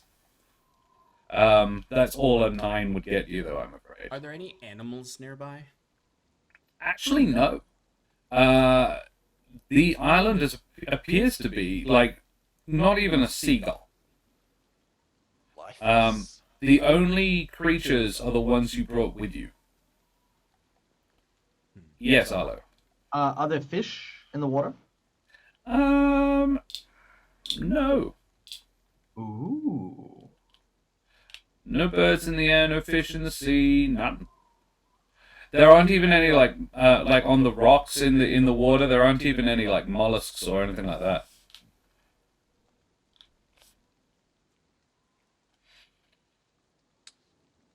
Perhaps we should go deeper into the jungle, see what we can find. There isn't really any jungle. There is a small stand of trees, but they're barely trees. It's sort of a windblown brush. Otis, from where you are next to the temple, you can see the far side of the island. It is no more than a kilometer square. It is a tiny speck of land, 50 foot above sea level at its peak. There are maybe, you could count on the fingers of both hands the number of trees on it. There's a bit of grass, but yeah, no more than 9 trees. Otis will sit down crisscross and take out that gnarled piece of driftwood, stick it in the sand, and start concentrating on it, and I will ritual cast Detect Magic. Very well. Cool. Well, that'll take 10 minutes. Does anybody else do anything during that time? Mufu is going to start like arranging driftwood and sand to write help in the sand on the beach. Love it. I think I spelt that right. Ow. Hemel. Yeah, you do that. Dwyla? Dwyla's gonna start walking up and down the beach, staying within eyesight of the rest of the group, but just to see if there's any signs of more wreckage, more of our crewmates who might have washed up. Yeah. You can stay within eyesight without like, you can almost circumnavigate the island by staying in the eyesight with at least one person. You could probably do a full circuit in 10 minutes. It's really not a big place. Maybe 20 minutes. But yeah, you could certainly get to about a quarter of the way around and then come back. There is a bit more wreckage. In fact, you would what did you get? Make me a perception check, Dwyla. Perception. Mm. That's appropriate. That's an appropriate roll for me. There is a bit more wreckage. But no more bodies that you can see. Right. Arlo will go over to Donnie and be like, hey, Donnie. Oh, yeah, yo. Do you have that thing I gave you? The like looking around. Oh, yeah. I think I dropped it on the beach over there, man. Sorry, I kind of got attacked by a zombie. Oh, that's okay. I mean, I can pick it up. I'll get it. No, it's fine. I mean, it did save my life and all, but that's okay. John will like scurry over to like pick it up where he left it. He's like, no, it's all. Can I find it? I guess. Yeah. Easy enough. No, look, it's good. It's good. I'll take it, and I'll actually give the bill hook to Donnie. Just like, yeah, cool. We'll trade because I can't carry both because I'm a little longer, and I'll just drag this hunk of wood.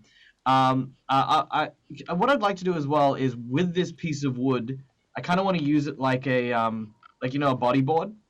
And what I want to do is I want to swim a little bit out to the bay, and I want to see if I can find that raft I made anywhere, because that raft is made of metal. Yeah.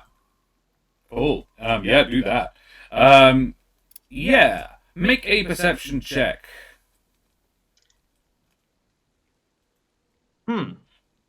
Nope. Well, but it does occur to you that the storm was real heavy, and Yeah. it might have just broken up. oh, while that may be the case, I'm 100% confident Arlo just got tired. He got maybe 10, 15 foot out, and then just went, yeah. And the surface isn't that good. It's the aftermath of the storm, so it's fairly it's fairly lax at this point. Alrighty. Well, gentlemen and ladies, we have been streaming for about a couple of hours now, so we might take a little short breaklet. I will sort out what's going on with our donations, and we will be right back. So please stick around. Please throw up your favorite emotes in chat and tell us how we're doing. Tell us whether or not you're having a good time. We'll be back in 5 to 10. See you guys very shortly. Bye-bye.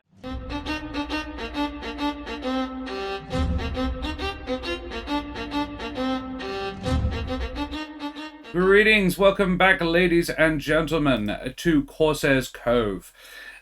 We are back with our new pirate show. We are back supporting International Talk Like a Pirate Day and Childhood Cancer Support. We are raising money for them today. We have raised a massive $260 already, which we are super happy about. Thank you, everybody in chat, for your amazing donations. And yes, we are playing some D&D. We have just had some zombie fighting on a beach, which is sort of piratical, and it was pirates who were doing it, so that counts. And yes, I should remind our gorgeous and lovely and talented and marvelous audience to please like the channel, follow the channel, and donate, because every dollar you donate goes straight to helping the families of children with cancer and supporting them through an extremely difficult and challenging time in their lives. Plus, every $5 you donate puts you in the draw to win one of these beautiful dice keepers from Wooten Forge, the makers of WA's finest handcrafted wooden tabletop accessories, and some beautiful bags of dice from the amazing Roll with Advantage that come in this beautiful velvety soft sacks, and I'm very, very fond of them. But I don't get to keep them. The overlay is slightly off. Oh, for goodness sake. Of course it is. Of course. George is in my square. I don't like it. Oh, for goodness sake. I don't share. I went to the wrong sides. I hate all the things. Pass the There you go. layout on the left-hand side. There we go. Boom. Fixed it. Right. So, this is why we don't tech our own streams, everybody. This is why we don't do that. Impressive Anyway. doing it though. Thank you. Yeah, and look, it was a mistake, and I'm just sticking with it. So, alrighty, guys. Heading inland towards the building, you can soon determine you are on a very small island, perhaps the one you were aiming at. It's not very large. Beyond the temple is a copse of trees that obscures a little of the coast, but you would guess the whole thing is no more than a kilometer over. The temple is the only structure on the island and the only sign of any habitation at all. The air is filled with mixed smells of rotting seaweed and salt, and though the wind buffets you, you can hear no noises of anything living, even sea birds. What do you do? I Well, say crew- we go ask for directions. Nope. We all We can't all talk at once. You can. Please don't. Dwyla, what do you do? Well, I assemble the group and I say, listen, I've looked around. I can't see the rest of our crew anywhere. I can't see any more sign of wreckage, but they've got to be somewhere. Maybe we should check out this temple, see if we can get off this island and find the rest of the crew. Very well. Yes. I don't The mean to be, stowaway has a question. Yes. I've more got an observation. Mhm. Maybe we should have another look around the island, mostly because I mean you could only really have half as good a look as anyone else. That's a bit, I'm already sensitive there, suspicious friend. of you. You'd better watch your mouth, buddy. We found where you can smite. There is no reason to be suspicious of me. I have done nothing to hurt anybody. All these coins start falling off me. He's a good critter. He's got his sticky fingers. It's all right. Just let me here finish this magic, and I think we'll be able to learn a little bit more. Otis, I will say Alright. at this point you have finished your magic. Oh, there it goes. Just then. Good job, Otis. Bing. It goes off. Yeah, Otis, you were casting Detect Magic. Yes, ritual The casting, yeah. whole place, literally the entire island, is magical to some degree or another. But there is a very specific kind of magic coming out of the temple. The temple itself is magic. The doorway is illusionary magic. Because you do learn the type of magic if it has a type. Yes. There is a fair amount of necromancy just around, Oh boy. but you could certainly attribute that to the undead creatures on the beach. And yeah, there's a bit of transmutation, but quite a lot of illusion. And you see there's a lot of necromantics around, but most importantly, right there, that door, illusion. That's an illusion. That's not real. That's an illusion. So, or there's well, some kind of illusion there. You're saying this whole place is magic. Oh, everything's magic. There's Okay, magic well, everywhere. You see Mufu just kind of grab some handfuls of sand and put them into a bag. 'Cause Oh, they it's- could be it's- tiny little magic diamonds. It is a bit necromantic, so it might not be good magic, but there is magic all over the place. But particularly interested in that illusion magic right there. Anybody who cares to look would notice that the doorway to the temple isn't a door at all. It's just an archway. And it's got It's black. It's pitch black. You cannot see a darn thing in there. It is sort of early morning. You'd say probably 7 in the morning. The light has the post-storm quality to it, so it's not super bright out, but you figure you ought to be able to see in through the door at least a little bit, but it is black inside. And it's like cuts off. Like you can see stuff, you can't see stuff. I'm gonna Arlo- throw a rock at it. You throw a rock at it. It sails through the door, you hear it clatter, and then actually make me a perception check. Oh, I'm good at these, despite my vision. That's a 16. Yeah. You can hear it falls through the door, you hear a clatter, and then a sploosh, like a bloop. That's Or the there's one. some water in there. It actually There's is some quite water in there. viscous as well, so it's a bloop. Oh, it's viscous. It's viscous water. Do we really need to go inside the temple? Perhaps we could just skirt around. Basically, Don, the what- interesting thing on this whole island. Oh God. Don, what do you have any feelings about this matter? Trying to think. Not really. I think if this is the only thing on the island, he'll just be like, yeah, man, I guess if we want to progress, we just gotta, go in and check it out. What do you guys think? I think the wizard should go first. I look around for a wizard. We got a wizard? We got a don't wizard on know. board? We got 3, don't we? Y'all do magic. Anyone haven't that done. cares magic is I a wizard. only do what is gifted to me by the she. I only do what is gifted to me by the she. He's a wizard. Yeah, You can call me a exactly. wizard if you like. If there's water on the other side, I'd be happy to go ahead. It is What- viscous water, though, so be careful. Yeah. Okay, water. Maybe Thick water. at this Three point Cs. I'm going to tie a rope around myself with my advanced otter rope skills. Sure. Look, I have 2 powers, okay, for my otter race, and I'm gonna Huh? use the crap out of it. Yeah. So no, I basically absolutely. I'm basically gonna make like what is effectively a baby carriage just around my chest, so it doesn't like pull around my waist. I want to make sure this thing has no chance of slipping off, right? And I'm going to like hand the other. I'll walk up to Mufu, and I'll like almost hand it to Mufu, and then as I do so, I look at Mufu and realize he's a massive cat, and I just put it on the ground in front of him, and then scurry away. Yeah, Mufu's like 7.5 feet tall. Yeah. I'm like a foot and a half on a good day. Okay, calm down. Okay, so I'm gonna go over to the portal, as it were, and I'm gonna start small, leaning forward with. Actually, I'll run over to Don. I will snatch the bill hook that I gave him, back over, and then I'll stick the bill hook into the portal Don, first. did you still have the bill hook? Yeah. I was gonna say, God damn it, Donnie! It's a gift. The first one, I'm like, just holding it, clutching it. It's actually harder to take his eye. Oh, yeah.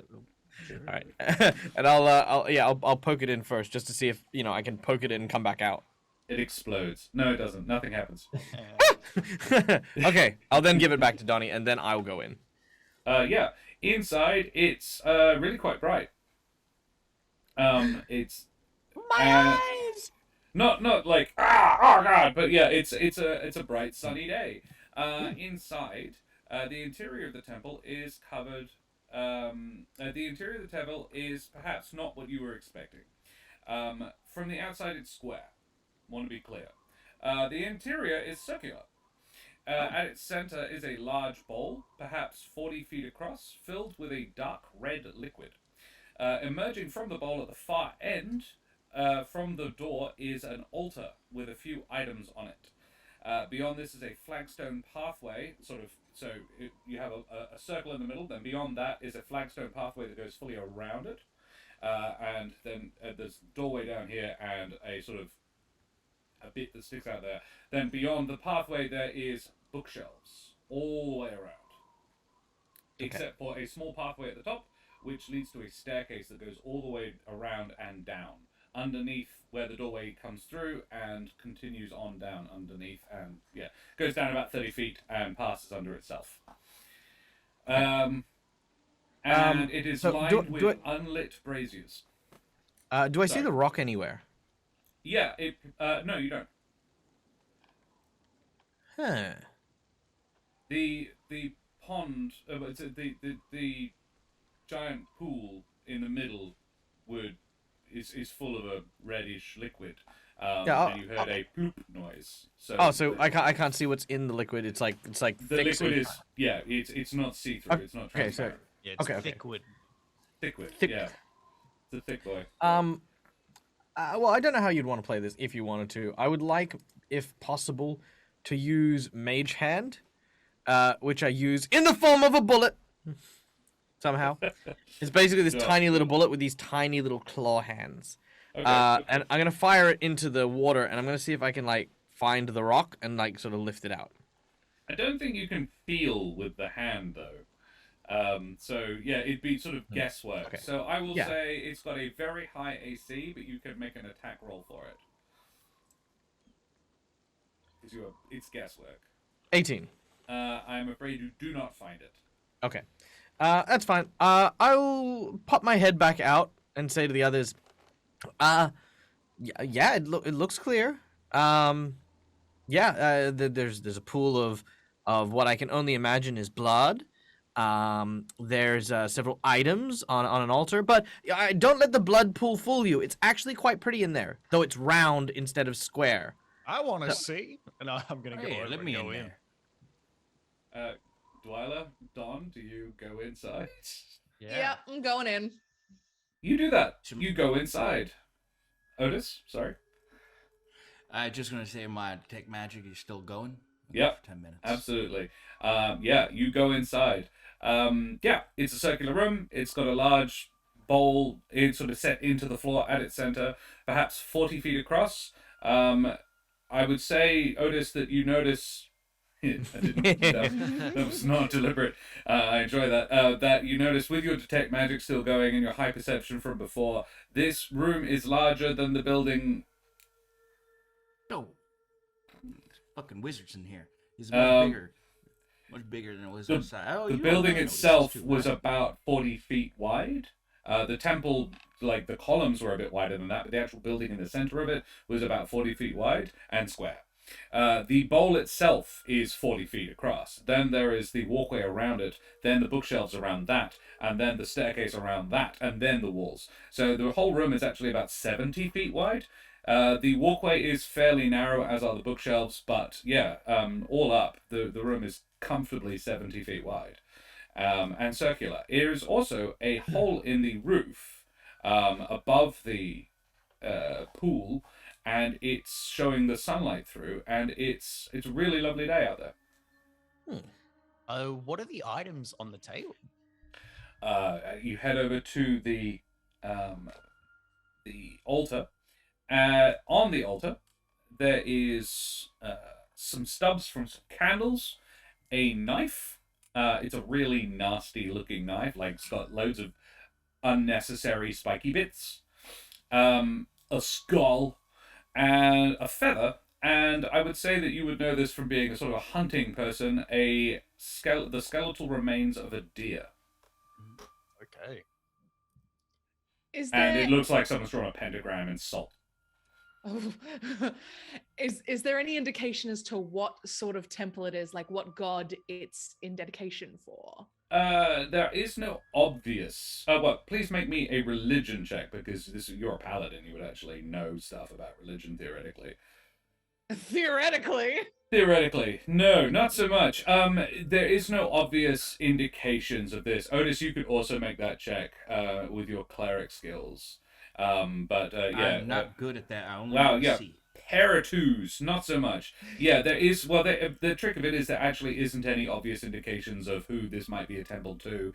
Given what you can see on the altar, though, like most of the nice gods, don't really like sacrifices. That's not the sort of vibe of the religions of this world.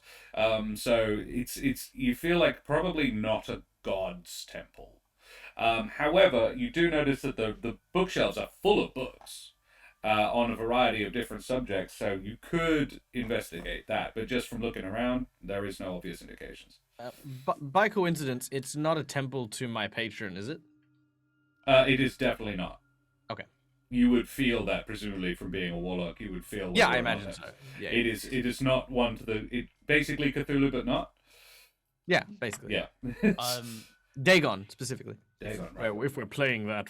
I'm going to Sure. investigate the bookshelf.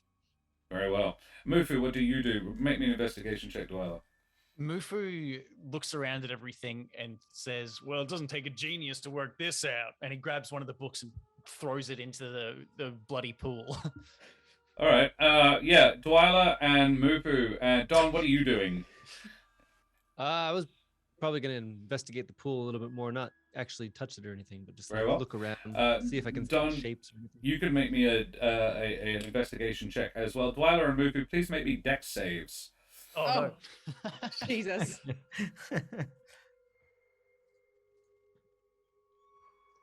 7.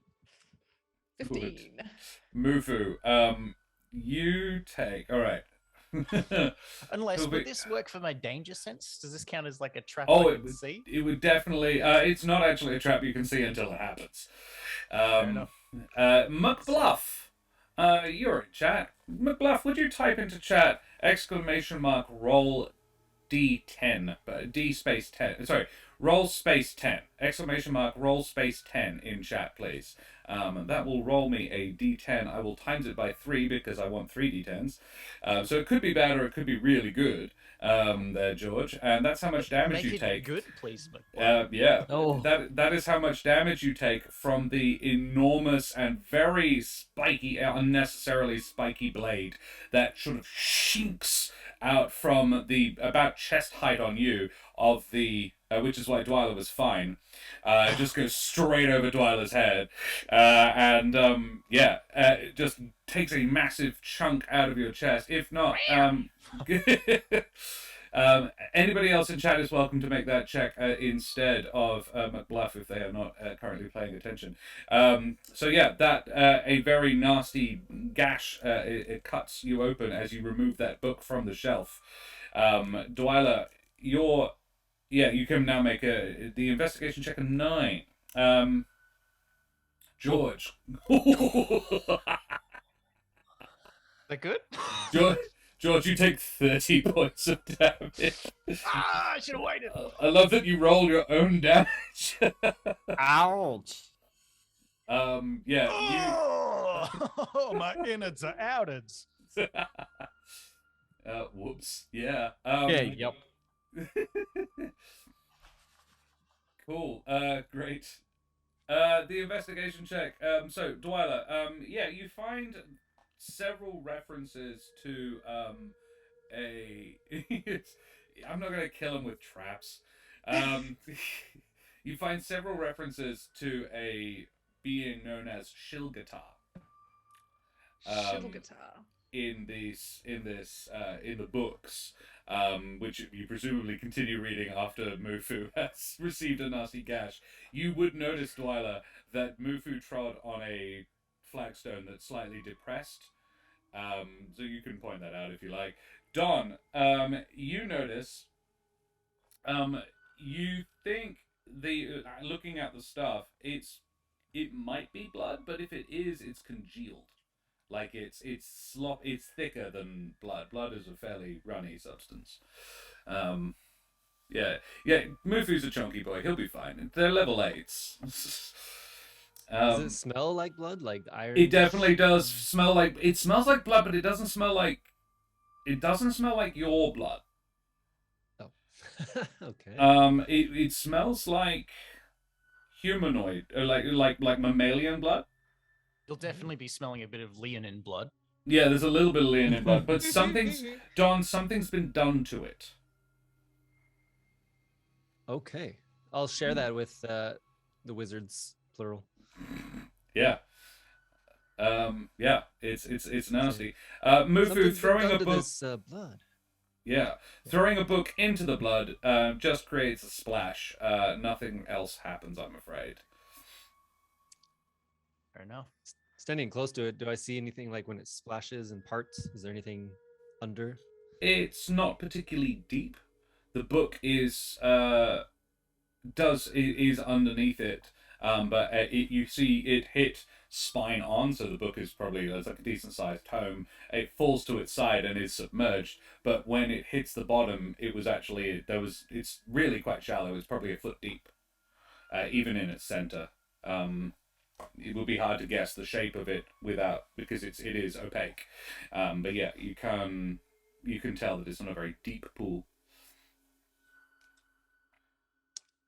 Take the bill hook and poke at it just a little bit. Yeah. To determine what? Anything? Or just to see if anything happens? Anything happens, yeah. Yeah, nothing appears to happen. Okay. However, when you remove the bill hook, the blade has this sort of dark sheen on it, like a residue. That isn't just like it's very uniform.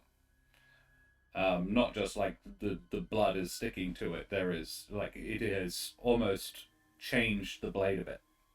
Oh. They were making tie-dyes.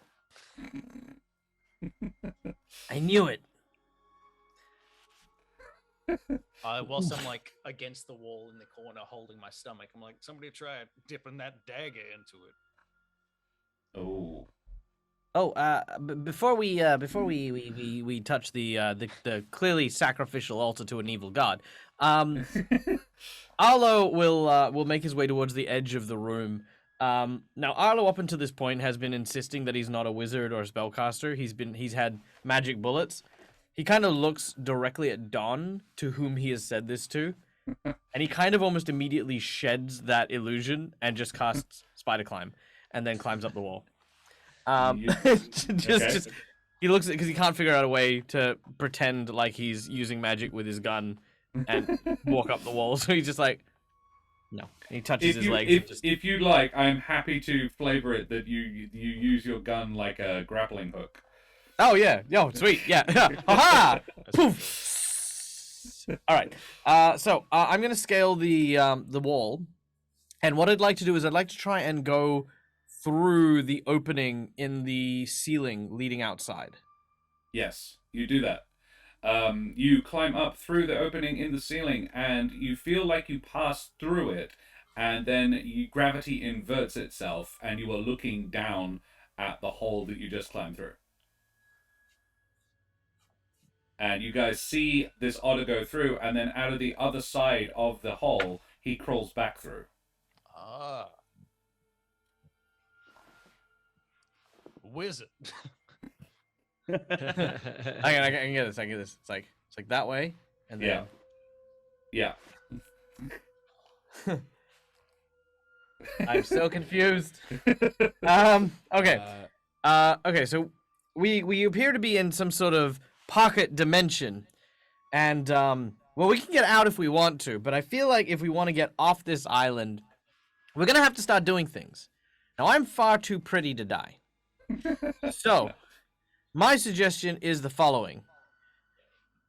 Mufu is already bleeding.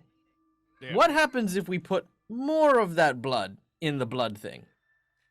I want to be clear, there's a staircase leading down. Yeah, I was about to say, Otis goes. Let us not underestimate. You're not trapped in this room. We didn't investigate everything. There's like a whole nother basement down here below. But have we considered sacrificing Mufu? Mufu's a good guy. Mufu's a good guy. Don't okay. Okay. I'll scurry back down, and we'll say, oh, okay. Well, I guess we can go downstairs instead. Before we do that, Mufu, come here. Yeah. Crouch down a little bit before he gets any ideas about this chest wound. And I place my hands on his chest and I cast Cure Wounds. Love it. Oh, yeah. Thank you. Ooh, so technically speaking, it's Crouching Lion Hidden Scythe Trap. Yes.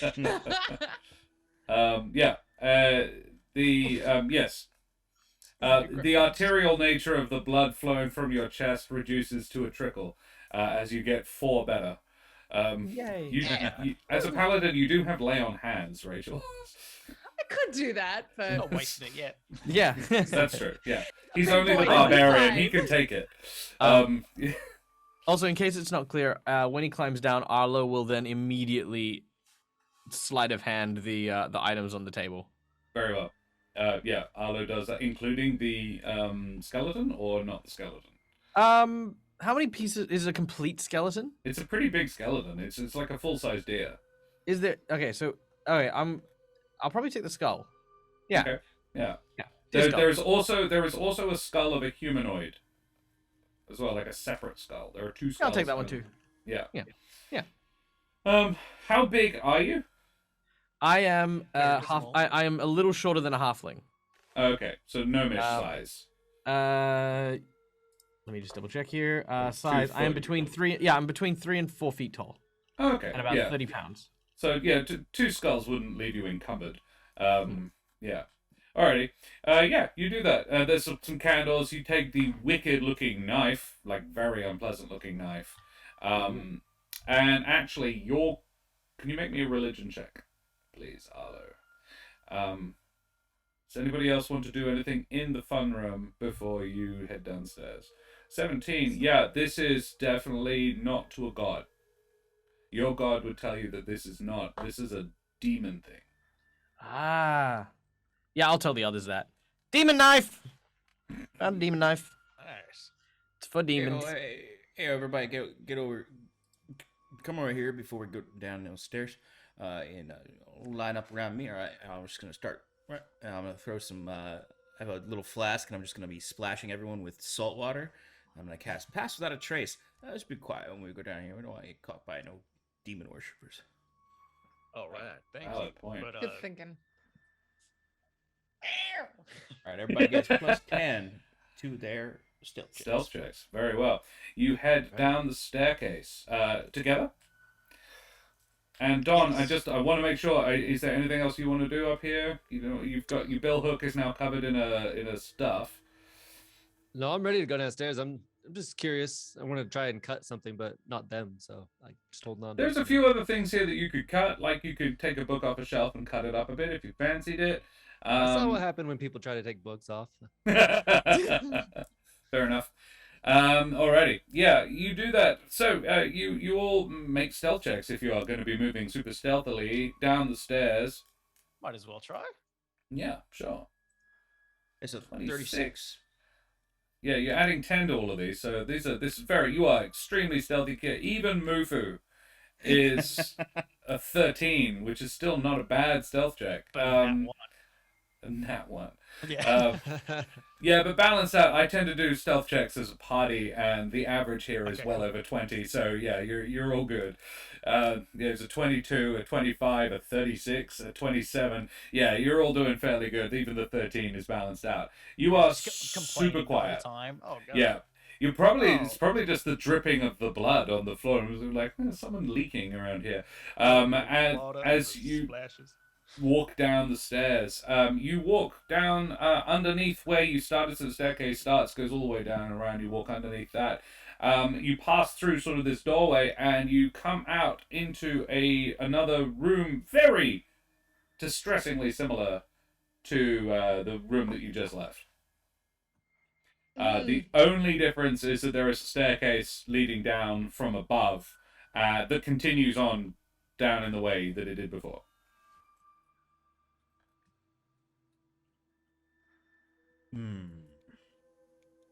There is the doorway leading out shows the... Actually, yeah, the doorway leading out and the hole in the roof both show a very pleasant sunny day outside. You said there were unlit braziers, right? There are. I'm gonna light one up. I You, have some how? torches. I got some torches and some flint and tinder. Sure. So it's flint and tinder. You are using non-magical flames to light these braziers.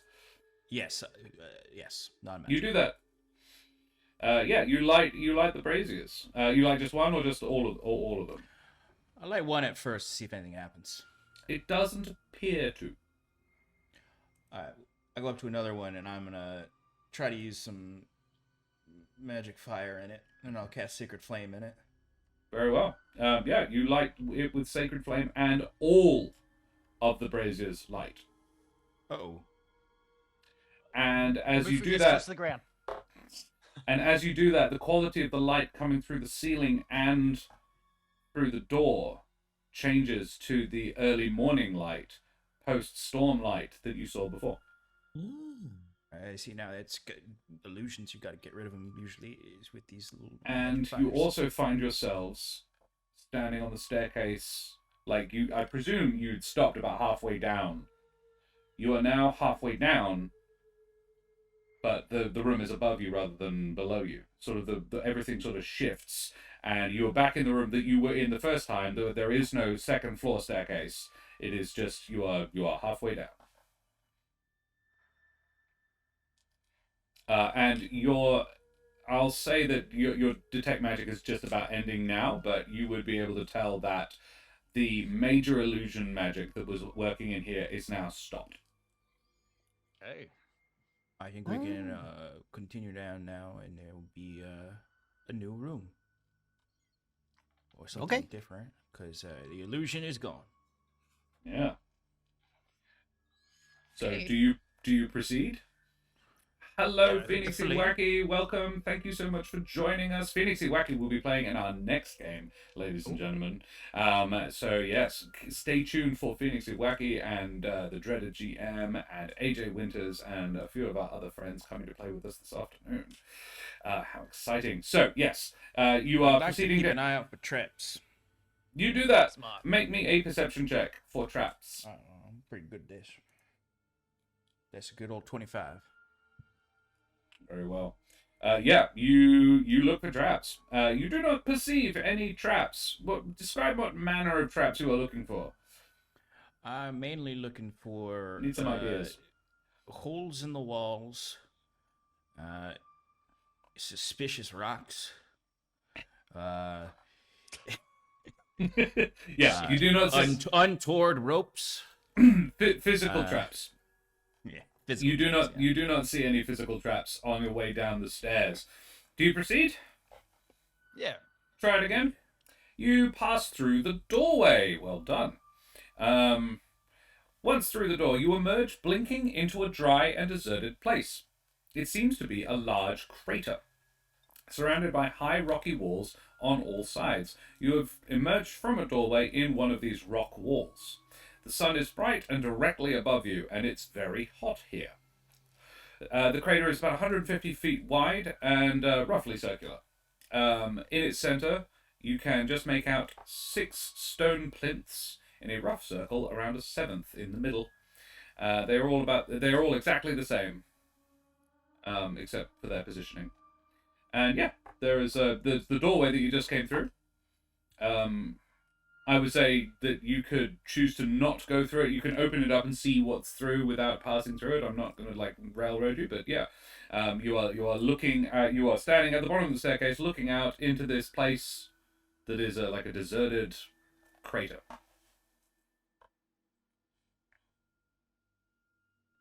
You said the plinths. Do they have any? They're just bare, or do they have anything inscribed? From this or- distance, so you're about 75 feet away from them, so it's hard to make out. Okay. But you could make a perception check and see if you can see anything about them. Like, I would say Otis probably wouldn't be able to see with his poor eyesight. But if you got it as telescope, maybe. That's right. I got this telescope. I can look for them. Oh yeah, Otis, you can tell there isn't anything inscribed upon them, but each one does have a different colored gem embedded in its top. Without wanting to be too prescriptive, they are rainbows. So there is a blue, there is a green, there is a red, there's an orange, and so forth. The middle one is green, and then there is purple. Yeah. Yeah, Mufu will probably push the door open with his great axe from a bit of a distance. Yep. And if nothing happens when he opens the door, he's gonna pop his big maned head in and Yep. enter the You- room. You do that. From the head is decapitated. No. from all of a sudden from inside Mufu's mane, this tiny little otter head sort of You see anything? Mufu has a second head. Do I see anything? You see what I described, but nothing else. Okay. Yeah, cool. All right. So we don't see the gems without the spyglass. I mean, you might be able to make out a tiny bit of color on the top, but making out that it's a gem from 75 feet is a bit of a trick. Yeah. Ooh. Do you smell that, Mufu? No. That's the smell of treasure. I do like treasure. Okay, we should be very careful. Treasure and salmon. Salmon is one of my favorites. I love salmon too. Yeah, we're all pescatarians here. Did we just become best friends? Yup. Yeah, let's enter. Mufu and Arlo will enter the room. Yep. The unlikely friendship of an otter and a lion, bonding over the fact that they both like salmon and treasure. Which is going to be hilarious when we get encountered later on and someone's trying to hold up Mufu and he's like got his hands up in the air and suddenly a gun comes out of his mane. Back off now. Alrighty. Does everybody follow into the crater? I wait just a moment to see if Mufu and Arlo get hurt in any way. Rachel is wise to my tricks. Yeah. Mufu and Arlo, you proceed towards the plinths. Yes. It is the walk of 15 seconds to get there. So yeah, you saunter on over. They signally failed to be devoured by a large beast or attacked by any smaller beasts. So yeah, they seem fine. Cool. I go in. Cool. Don? Yeah, there's nothing else out here, right? Just No, before it's the doorway. pretty barren. Yeah, it's much easier to create worlds that don't have very much in them. Yeah, just going in then. Sure. Very well. You do that. Yeah, you proceed towards the plinths, presumably. There are 7. They are about hip height on Mufu. With the exception of Arlo, you're all tall enough to actually be able to look down on them, and Arlo is in Mufu's beard, so he can too. The gems are about the size of an iPhone 6. Just trying to find a reference everybody would know. And then they are very firmly, as in, not firmly, but more like they are part of the plinth. Removing them would basically be impossible. I'm heading that one off right at the pass. And yeah, each one is a very different cardinal color. Cardinal color? Rainbow color.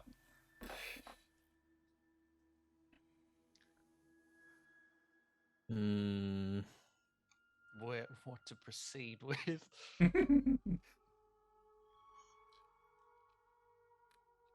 Well, green means go. So Okay. I'm gonna put my hand on top of the green plinth. It depresses slightly into the ground, but nothing else seems to happen. I will jump on the red one. You do that, and similarly, it depresses slightly into the ground, but nothing else seems to happen. I will start jumping on multiple of them. Each one of them depresses, but nothing else seems to happen.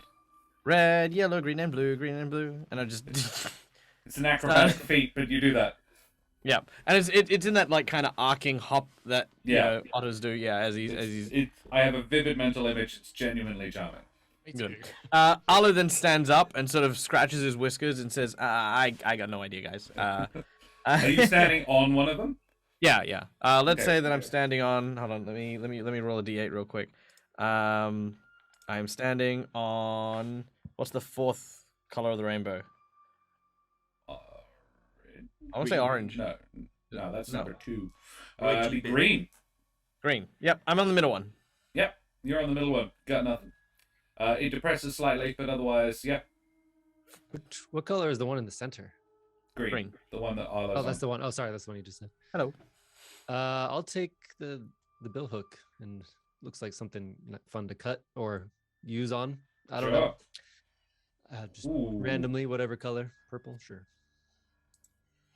Okay, yeah, make an attack roll. Right. What's a bill hook? I'll just use my quarterstaff. Oh, Yeah, they're all +6. Okay. It's a halberd, technically speaking. 21.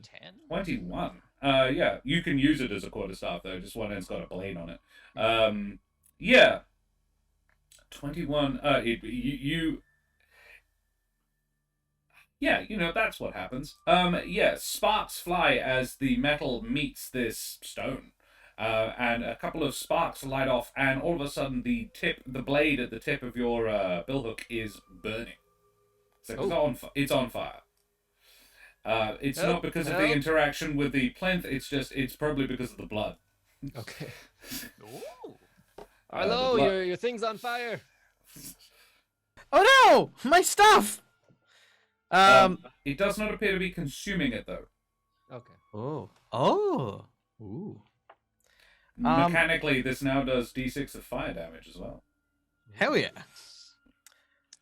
I'll drop it on the plinth. Just like The plinth slightly depresses. Okay. Okay. Now I know the GM said that we can't pry it out, but Arlo's gonna try. You can try. I'm gonna use. You do not succeed, but you can try. Yeah. Just while he's doing that, because he's gonna be using the sacrificial dagger that he found to like try. I guess what I want to ask is, does Arlo scratch the gems at all? Like, does it seem like the gems are like vulnerable in any kind of way? No, in fact, they don't. They appear to be made of the same material as the stone. They're just a different color. Ah, okay. So they're not actually. They're not. It's actually real. It's yeah. They're not really gems. They are. They look like them. But they don't. It's like trying to pry part of. It's like trying to pry apart a very solid boulder. Yeah. There is no seam. There is nothing to. Yeah. Hey, Dwyla, you're quite good with stonework, aren't you? Like being I don't want to make assumptions, but That's racist. Look, okay. You tried to eat. Look, several hours ago, you were trying to eat me. Okay, so let's not stop pointing fingers here. My uncle taught me some stone stuff. Why? What have you got in mind? Well, these little shiny rocks, they're not actually shiny rocks. They're just painted a different color, but it's all one type of rock. Maybe if we know what kind of rock it is, we could, I don't know, figure something out, maybe. All right, I'll take a look. So, Dwyla, I presume you have stone cunning. Yeah, what are you trying to determine? What kind of rock it is? Rock is this? It's granite. What rock am this? A hard rock. It's granite. Right, it's granite. While I'm down there, though, I lean in close to the stone, just on a whim, and I whisper the word Shilgatar. Does that do anything? Ooh. Yeah, all the gems glow. Ooh. Oh, a thing! Shilgatar! They glow. They don't glow more. They don't glow more when I yell it? Okay. They continue to glow.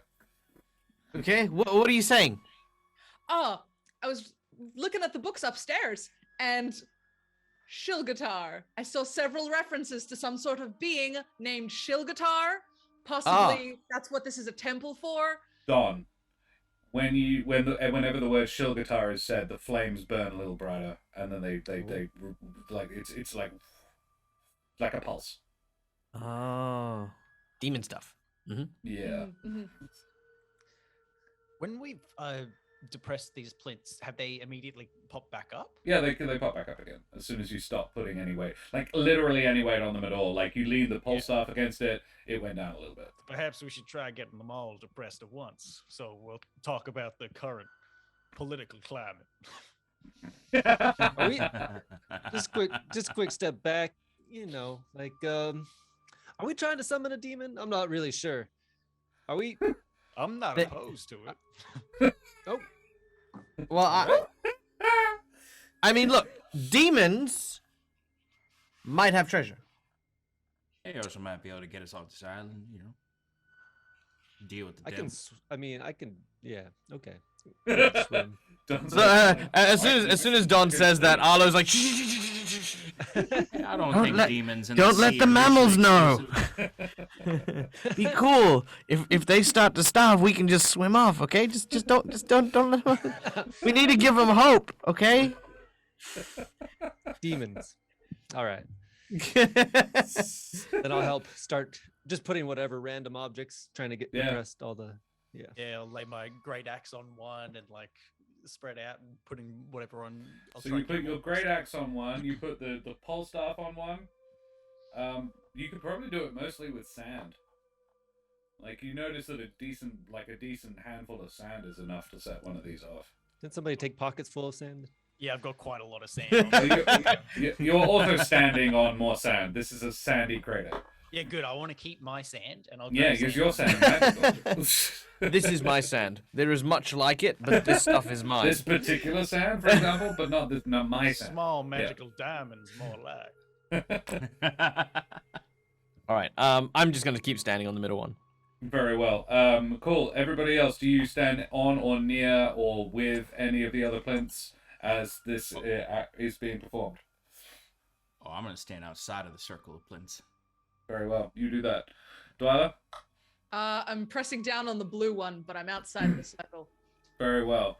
Mufu, you pressing the buttons or you? I'm pressing and I'm inside the circle. Oh, okay. Don, you can basically do whatever here. The last one, I probably just like ran out of stuff, so I'm just sitting on it, just wait. Okay. Everybody except Otis falls. So the plinths disappear, and instead of them, there is basically a hole in the ground, and everybody who's standing on or near a plinth just falls straight through the ground. Otis, you are standing looking at 7 perfectly circular holes in the ground. You all fall about. A friend of mine once said, 40 feet. To stand in the circle. That was a hub. I regret everything. You fall about 40 feet. Oh. No, he just keeps lands on making his the feet. noise. Everybody else lands on piles of straw. In fact, no. Arlo doesn't. I land like viciously on my back on the top of the plinth, like. Ah! No, the plinths disappeared. Oh, so they just Oh, okay. I thought they went down. I thought they just went shoo. Like you know when you're like running and someone falls into a pit trap and then they just disappear. That's kind of what I thought. It just went. Yeah. Okay. Yeah. So what do I land on? The floor. Oh. Are they all in the same room? Well, allow me to describe. I just need to change the music and to get Arlo to make a deck safe. Oh yeah. The sound that Arlo makes when he hits the ground is similar to a squeaky toy. Yeah. Oh, there you go. 17. Yeah, all right. Arlo, you don't take too much falling damage. Nelderberry, can you roll me a d6 in chat, please? And Arlo will take that much falling damage. Mufu, you land on your feet. Dwyla and Don, you land on piles of straw inside. So you find yourselves in a dark cavern. The stone ceiling lousy with stalactites and 7 perfectly circular holes above you. It is damp and you are standing on a rotten wooden catwalk over a brackish pool. The walkway, you take 2 points of damage, Arlo.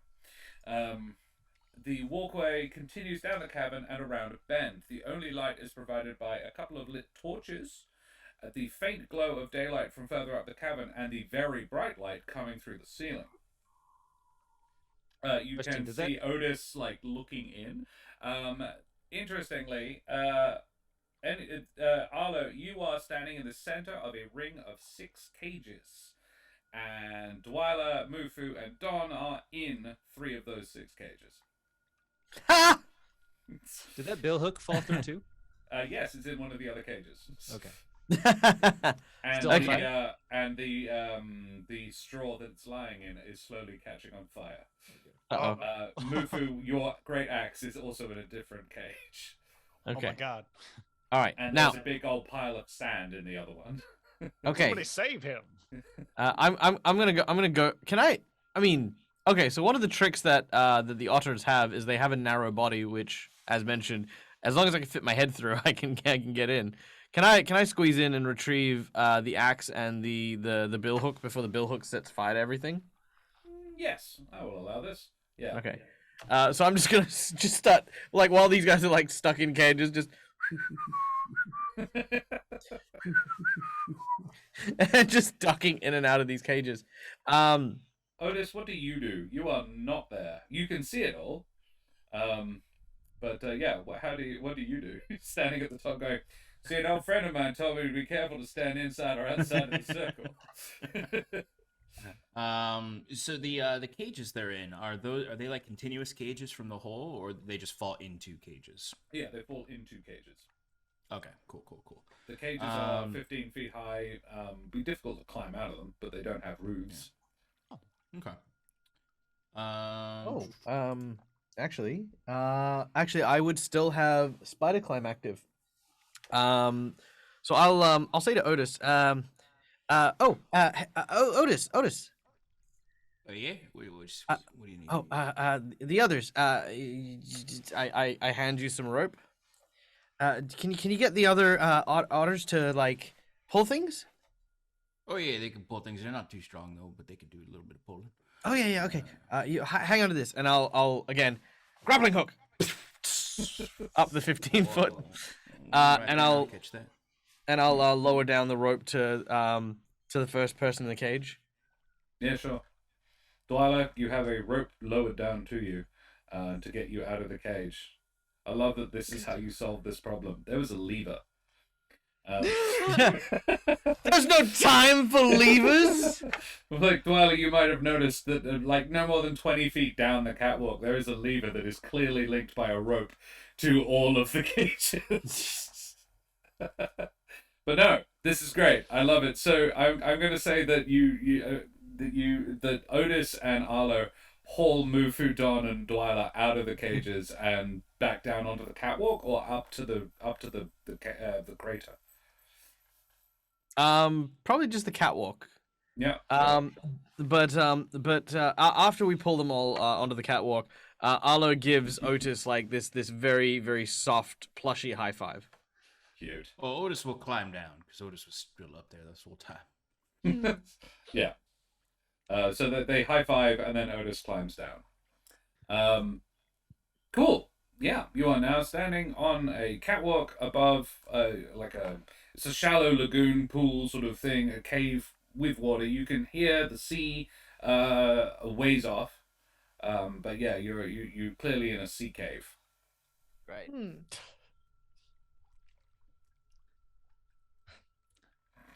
What do you do? All right. Listen, I think I can hear the ocean. But I think the deeper we go, the more danger we might be in. Stay close. I think Otis, you probably better go first, and Mufu, you next. Oh, okay. And then Don, Dwyler, and I will cover the rear. Sure, love it. Alrighty, cool. Everyone be quiet too. Make sure you're being very quiet. You're still passing without trace. Oh yeah. Oh, by the way, is it low light or dark in this area? Actually, interestingly, as soon as Otis and Arlo descend, the light deepens. The darkness deepens, and you notice that the holes have closed. Anybody who was watching it happen, it was sort of like circular shutters. Very well. In which case, I utilize my warlock talent, One with Shadow, and I will hide within Mufu's mane again if he'll let me. Absolutely. And I will also use become invisible because that's what I can do as just cause. I love chats calling me out for my. It's like, hey, pull the lever. Nah, that would be far too easy. It's obviously a trap. It was a trap. Yep. You're on to me, all of you. Not on people. My watch. Not while I'm trying to find 101 uses for rope in this one adventure. Absolutely. Cool. Yeah, you head up the cavern. As you head up the walkway, make me stealth checks to approach sneaky like. Sneaky snake. It's 33. Oh. Yeah, adding 10, by the way, don't forget. Yeah, 30. Good. 13, 21, and a 13. Look, I've seen worse. Did we get one from Arlo? Oh, there we go. Okay, so hold on. So wait. Plus mine tons. Is... yeah, 20, so mine 34. would... I mean, if it stacks with my invisibility, that would be like 44? Yeah, something like that. Yeah. Yeah. A lot. Easy. You are imperceptible, Arlo. I am one who would hiding as you defer. are in Mufu's Nat 30. Yeah, look, Dwyla is a bit clanky, but everybody else sort of covers that up, and so I don't think you're that noticeable as you meander outwards. As you round the bend, you find three things of note. The first is a small yacht bobbing merrily at a pier. The second, the open sea is visible through the mouth of the cave. The second is a decent-sized pile of loot. Several chests worth, in fact. Each one would seem to contain large gold coins, all apparently waiting to be loaded aboard. And the third is Miss Eliza. What do you do? Okay, I say we wait for her to finish loading the boat by herself, then we jump her. Agreed. You wait on the boat. We can wait on the boat. Let's see what she's doing. Yeah. I mean, Oh. she is between you and the boat. Oh, well, while I'm invisible, I would, I'll whisper. Do you want me to get on the boat and get up behind her? Yeah, might as well. Yeah. Okay. Yeah, That keep way her if she talking. tries to make a break for it, then Yeah, I'll shoot her in the head. Well, I could try to stop her too. You know, I gotta. I'll try. Yeah, I'll try to stop her. Magic. It's magic. Okay, I'll jump off, and once again, I'll start to do the otter hop quietly. Do the outer hop. Yep. Do the otter hop. Cool. Yeah. So yeah, you do that. You get to the boat and hide behind and hide on it, presumably. Yeah. She I'll hide on. She does not notice you. It is not possible for me to roll high enough for her to notice you. So yeah, she doesn't notice you. The only one that she's even likely to notice is Dwyla. So do you guys like Arlo does that? These chests are clearly heavy. This is taking her some time. And yes, killed them all too early. I just whispered, didn't you say she has brothers? Hey, so you might have killed them. Oh. I'll just look around in case they're hanging out somewhere. Make a perception check. I'll also check the boat while I'm there to see if there's anyone else aboard. There is no one else aboard. 23. 23. Yeah. If you're looking for other people specifically, or just generally looking around. I mean, yeah, you generally look around. There are no other people around. It occurs to you that the whole thing about the brothers might have been a lie. A lot of other things seem to also have been not 100% above board. fair enough. All right. I've got an idea. Yeah. I'm gonna talk to her. You guys stay hidden, Shit. and if she tries to hurt me, back me up, okay? Sure. Got it. I want to see You got it. what the hell is up with this island. And before I reveal my unstealthy self, I'm going to cast Zone of Truth. Ooh. Yeah, I'm gonna throw some of that holy seawater on her head. I'll give you a little guidance from the sea. Love Thank you it. very Love much. everything about it. Make a Sure. Skill check. You cast Zone of Truth. Sick. All right. It's one of the cooler uses of that I've seen.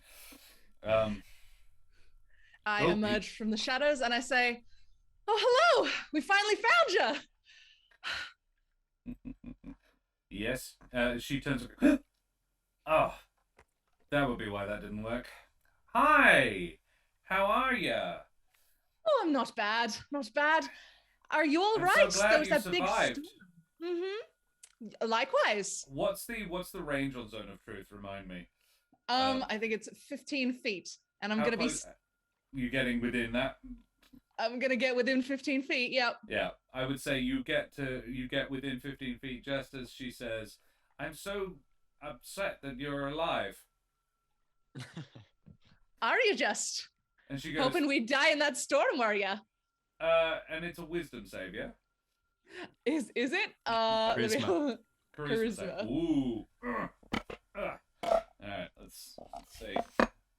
Stream pupper on my lap. Oh, she 7. She goes, "Yes, you were supposed to die in the storm. Why am I telling you this? I don't want to be telling you this." Oh, but since you are, why don't you just go ahead and tell us the rest? No, that's basically it. I was gonna let the storm kill you all and then take the loot for myself. Well, Damn it. I don't like that. No, I shouldn't be telling you all of this. What? You got any friends hiding around the corner to jump out as well? She nods and says, no, damn it, stop. Okay, okay. So I'm gonna have to stab you now. And she takes out her a knife very similar to the one that you were looking at up in the temple, and she says, I'm gonna be very honest with you now. I cannot let you do that. Shilgatar very much needs this stuff. If you stab me, you're probably not going to enjoy what happens after that. And that's not a threat. That's I'm telling you, you're not going to enjoy it. I'm not either, but Mufu whispers to everyone in the shadows, okay, no stabbing. Punch her and hit her with heavy things only. Well, before we start fighting, why don't you tell me more about this Shilgatar? She's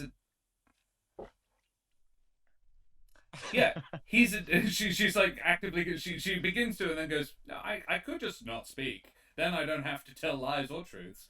And she goes, no, I should tell you actually, because then maybe then, like, tell you what. How about you let me take the stuff and I will actually send a boat back for you. Because the demon Shilgatar, who I work for, is not one with whom to fuck. And if you stab me, a part of him will manifest, and then you'll have to fight it. An archdemon. Please don't. I don't want to die. Because manifesting part of him will kill me.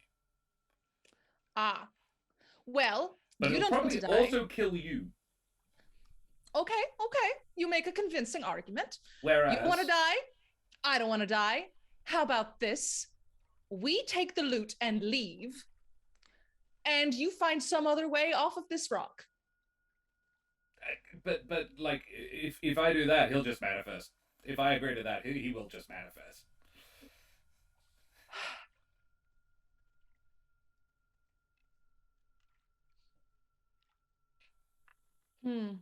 It's a pickle.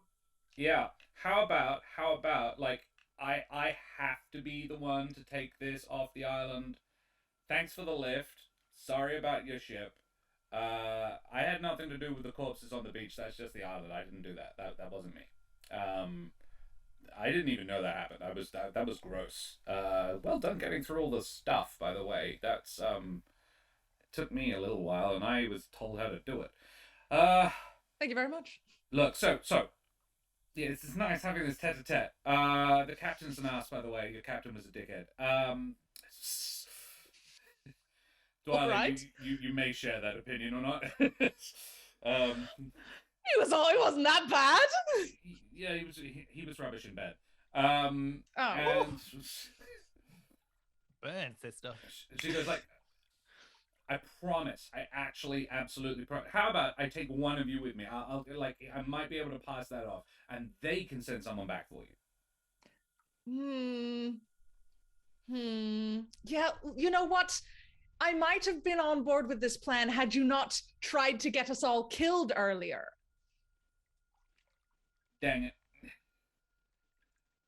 No, give me a moment. Friends! Are we fighting a demon? I'm fine with fighting a demon. I like fighting. Hell yeah. That would be why the ritual lack for power. There's more than one of you. I suppose we should finish this. She slices her own throat. No, don't do that. Oh no, that's Oh not a my good thing to do to goodness. yourself. And as she does that, the body doesn't drop. It instead begins to swell and bulge in unpleasant ways. The blades, again, like that. similar to the knife, start erupting from her skin, including one huge one that seems to bisect her head and take its place atop her neck. You can clearly hear the words, "More souls for Shilgatar. I can't wait to consume you." What do you do? Can I use counterspell? It's not a spell. Counterspell to slice her. Counterspell. She slices her own throat. It starts sounding a bam. Cunning spell. Bad. Yeah, okay. No, it is an Okay. effect, I'm afraid. Damn. Okay. How much of the loot is on board the ship? A fair amount of it, not all of it, but yeah, I will allow readied actions. Otis? I'm upset by this. I'm going to put my staff at Shigatar and cast Web, but it's going to take the form of a bunch of seaweed that's going to shoot out at him. Love it. To try to You do that. strain him.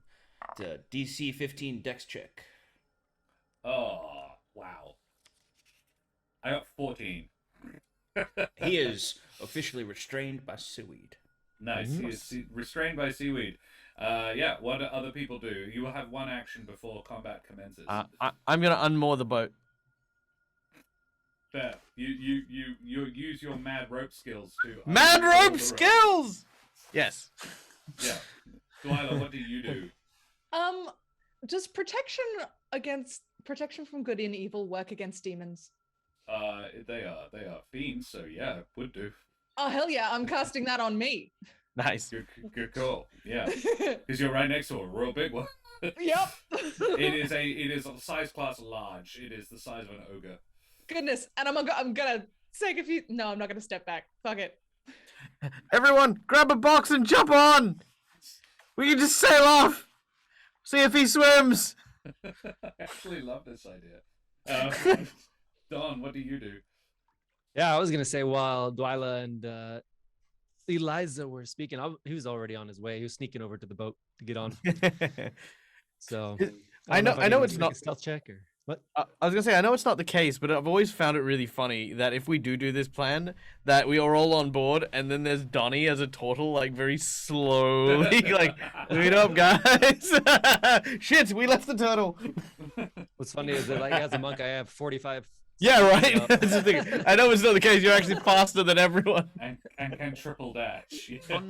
Don's only just gotten to the entrance of the temple.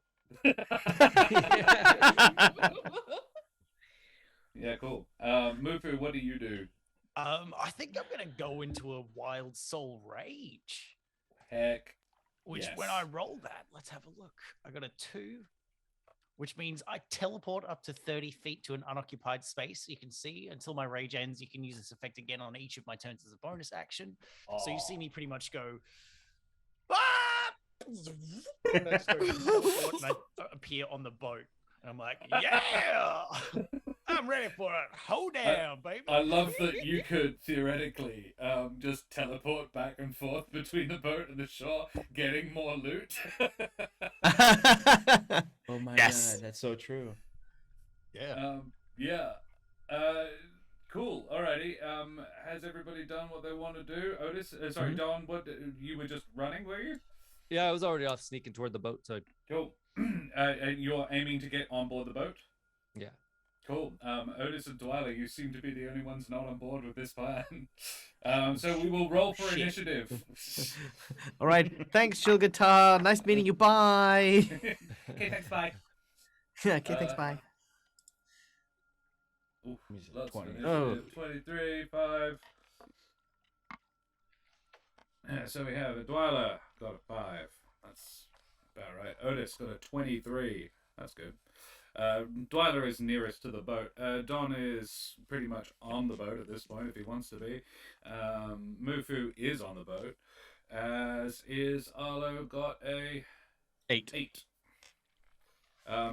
Well, Shilgatar got a 14. This is actually a Shilgatarium knifed trollum. Which is something I made up years and years ago, and I was like, oh yeah, Shilgatar could be in this. That's cool. Yeah, cool. So they get to go second after Otis. Otis, what do you do? It is restrained. Oh shit! They're fucking wide. How far away is the boat? 40 feet. Oh shit! I'm a dwarf. I can't run that fast. Oh, you can dash. I know, but I don't want to leave Dwyla here alone. There's I mean, two I will. dwarves and a bunch of animals. Yep. Yeah, exactly.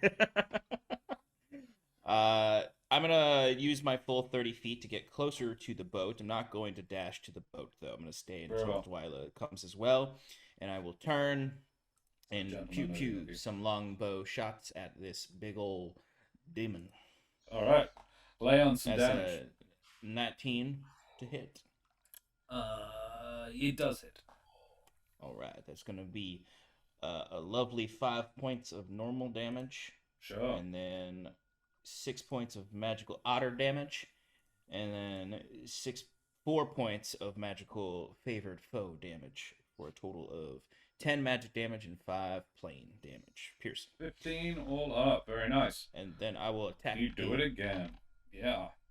I realized I should have just did some magic. 17 to hit. 17. Ooh. Does. Oh, nice. Just. That's another sweet 5 points of damage. Sweet. 5 more. Cool. 20 up. All up. Very nice. Cool. And it was 5 and 10. It was 10 and 10. Lovely. Alrighty. Next is Shilgatar's turn. Now, can it make a check to sort of free itself?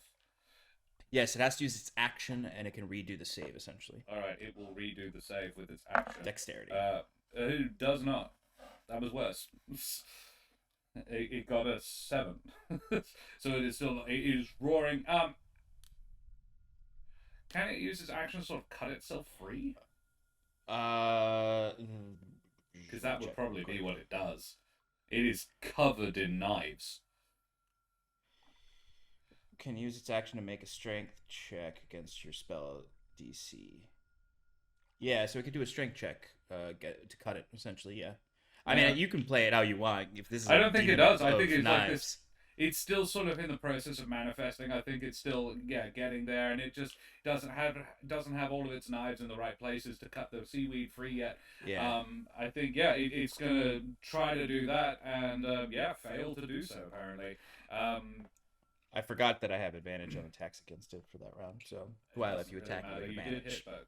Yeah, cool. Yes, you do. Dwyla, it is not your turn yet. It is Don. I spelled it funny. So I just if I'm on board, then I'll just I don't know, preparation. Start looking around, see what's already on the boat, I guess. Yeah. You were probably, the boat is drifted maybe 5 feet away from the pier. That's the word I was looking for. So you could go and grab more loot and haul it onto the boat if you wanted. The boat is about half loaded with the loot. Oh, I think it's probably good. I'll just Arlo, toss me a rope. I'll keep it from drifting too far, or something. Cool. You managed to grab one of the jetty ropes and stop it from getting too far away. Cool. Then we go to Mufu. I'm gonna run up and attack the demon. So you're gonna get off the boat. Yes, I assume if it's only 5 feet away as well. You can easily jump that. Step it pretty much. Yeah. Yeah, pretty much. And I'm just gonna swing my great axe at it, heavy styles, taking the penalty. Nice. All right. Very well. Because I assume if it's restrained, I get advantage naturally. Yes, you do. Yeah. Okay. So it's even Stevens. Or you get advantage, but it's a 9 or an 11. It does not. I'm afraid. Okay. Then with my extra attack, I'll do the same thing. It's almost better. That's better. That's what we like to see. That's better. That's what you wanted. Yeah. That's only 20 because it's -5, but I'll take that. Sure. Yeah. Absolutely. And we've got For 20 damage. 20 damage in total, but it is just regular slashing damage. Yep. Absolutely. Cool. You do that. Nicely done. And then Rachel. bonus action, I go and teleport back to the boat. I'm like, yes, love it. That is such a good ability. Alrighty. Arlo. All right. So Arlo, seeing that half of the gear is still on the deck, and currently we're being slowed. Otis, Mufu, and Dwyla are attacking the demon. I don't want to leave them behind, but at the same time, I don't want to leave the loot behind. So I'm gonna try and help out at least a little before I load the rest of the loot out. So I'm going to jump off the boat, and run over to the loot, and then I'm going to use my action to use Eldritch Blast. Yeah. To try and hit the demon with a 20 to hit. Yes. Oh my yes. That's only 5 points of damage, but I then want to use my Eldritch, the Arms of Hadar, and pull it 10 foot. Away from Actually, no. I don't. I want Dwyler to be disengaged. So Dwyler can charge if they want to. Is the goal here? Okay. So basically, otherwise they'd have to take an action to disengage if they'd want to. So I want to pull that thing out of engagement. Yeah. I would say you can do that. Yeah. Okay. But yeah. And then as a bonus action, I'm going to interpose and summon another one of those large whippy tentacles. And I'm going to have it whip it. Whip it good. Whip it good. Licorice Make a whip attack. Blam! 26. Blam! Nice. Yeah, do the And damage. 6 points of damage. Hey, look. Every little helps. Yep. Just like my last drug dealer told me. I kid. I've never. I'm not that cool. Alrighty, cool. Yeah, great. Thank you, Arlo. Dwyla, it is your turn. All right, I take my sword in both hands and I run forward, stabbing style, and I say, Okay. Amoric! And I stab it with my great sword. Yeah, Morek would be offended With by this thing. advantage. Yeah, you have advantage, but a 20 will hit. You Ooh. could roll it again if you like to see if you get better. All right, come See if on, you get that baby. crit. Oh, Bit of a sweet crit. No. But you're gonna burn a smite on this.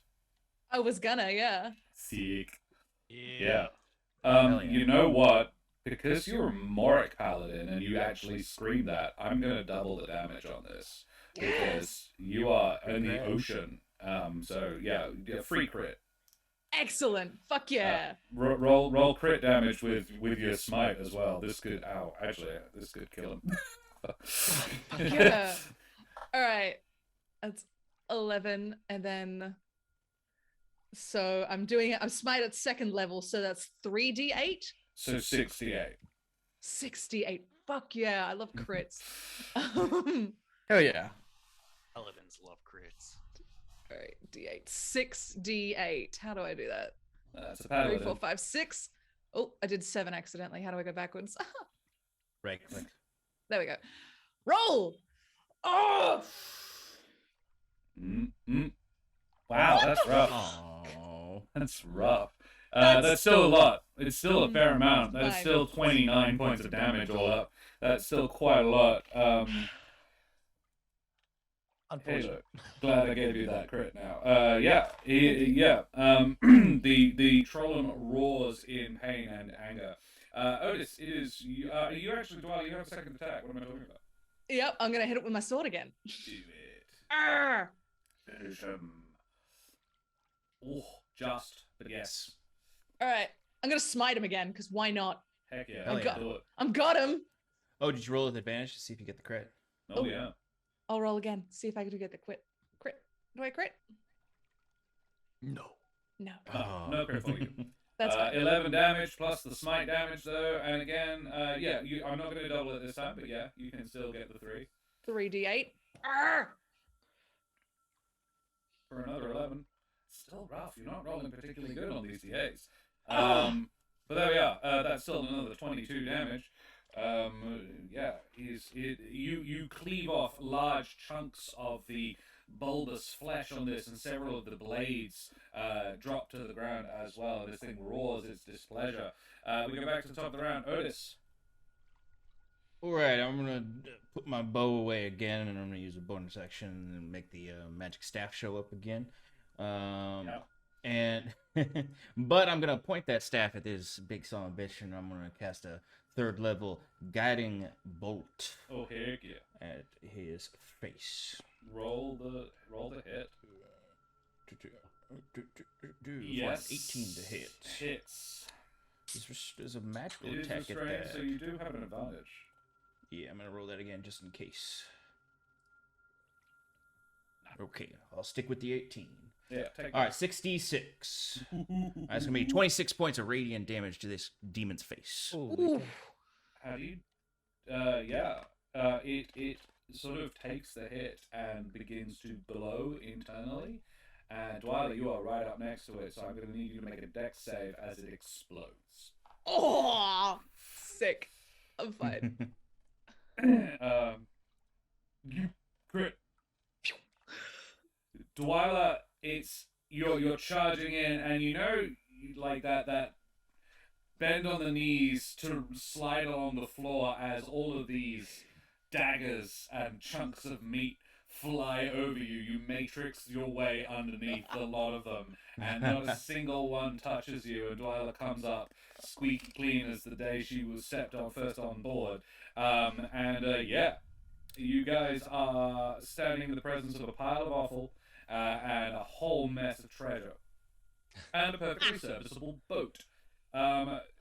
You have between you probably about 2,000 gold pieces worth of treasure each. All up, and a perfectly serviceable yacht to get you off the boat. And as the creature, the trollum, is slain, the sky clears. Like magic. This is.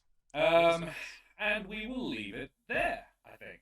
Ladies and gentlemen, boys and girls, and beings of indeterminate gender and persuasion. Thank you so much. That was very, very fun. Let's have some different music. Let's have some pirate music. No, that's copyright. let's have ship ahoy. There we go. Alrighty.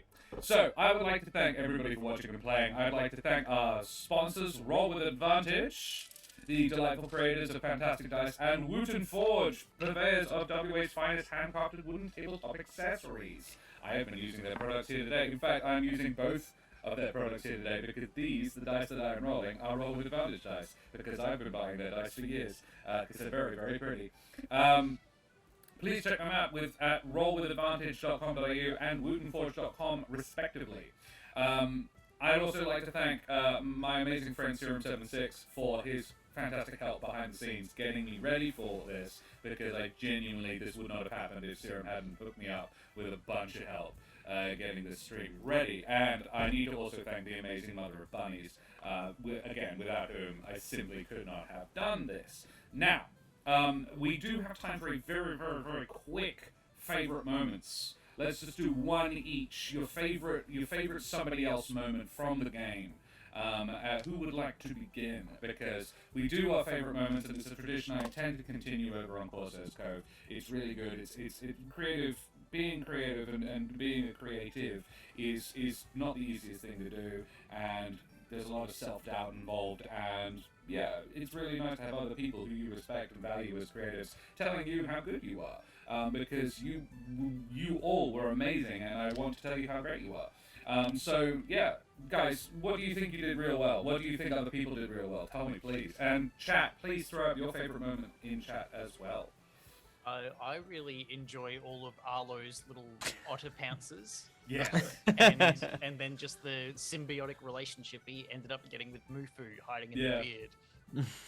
That was adorable. I think my favorite moment would be an Otis. I think the description of the staff, it was so boss, and then when you followed it up with, and then this string of otters, these spectral otters, like I had such a clear mental image of that. I was just like, that was boss. What a cool and interesting build as well. Ranger's cleric cross. That's my favorite. That works very well. That works real nice. Yeah, that was very cool. Yeah, other people. Rach, what do you? I loved. Oh, Sean, go for it. Go ahead. I was just gonna say I loved Mufu's reaction to everything being magical and just filling his pockets with sand. I thought that was so good, especially when he later on was defensive about keeping his magic sand and using the sand already there. That was cute. I was gonna say I really liked Otis's affinity for Arlo, just like defending him, like, no, he's a good little creature. It's fine. I just thought that was adorable. He's got sticky fingers, but that's okay. We like him. I think my favorite moment is definitely a Dwyler moment. That cleaving of the zombie and that huge Kia that came it came from the gut. Like you felt that when you jumped in and you were just like you whapped that thing. I was like, oh man, I had goosebumps in that moment. That was so cool. Thank you. Yeah. I was gonna Chris, say what do you reckon? Dwyla's conversation as well with Eliza. I thought that was Yeah. fun. That was great. Props. That was one of the coolest uses of Zone of Truth. I was just like, wow, that's really inconvenient. She just has to fess up to everything she was doing. Yeah, that was fun. McGluff Otis at Arlo, he ain't done nothing wrong in his life. Yeah, that was utterly adorable. Says Phoenix Iwaki. What else have we got in here? I really liked when Shang-Chi style Don rope calling shenanigans. Don calling anyone that had magic a wizard. Oh, that Yeah, was that was great. great. That was so good. I love that. That was awesome. Yeah, I quite enjoyed all the good shenanigans in the temple. Like, I like a good combat. Combat's fun to run, but I much prefer presenting players with a confusing puzzle and just seeing what they do. I was like, the temple, there were several different solutions for it, and I was like, let's see which one they hit first. This is fun. Yeah, Otis also looking down the hole. A call back to Lazarus, that was very fun. I enjoyed that. Because Lazarus has met a bunch of pillars very recently.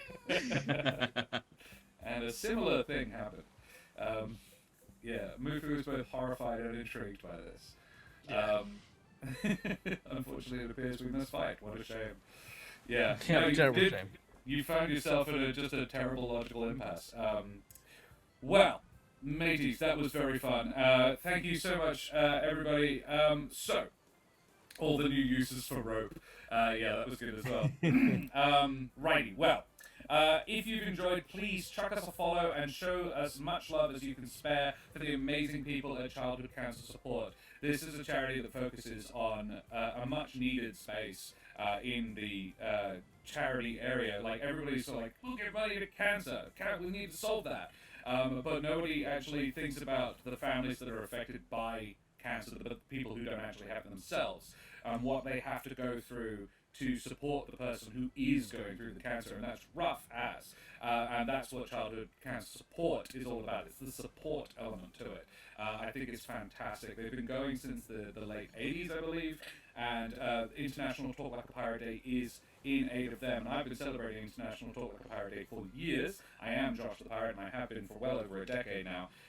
But I didn't realize it was actually in aid of a charity until this year, when it was the lovely AJ Winters herself points out to me that, in fact, that would be the perfect day to launch my streaming channel and also do some good. And we are doing some good, ladies and gentlemen. Thank you so much for all of your donations. Everybody who has donated is in the running to win a beautiful Wooten Forge dice box. The one that we have to give away is a special limited run.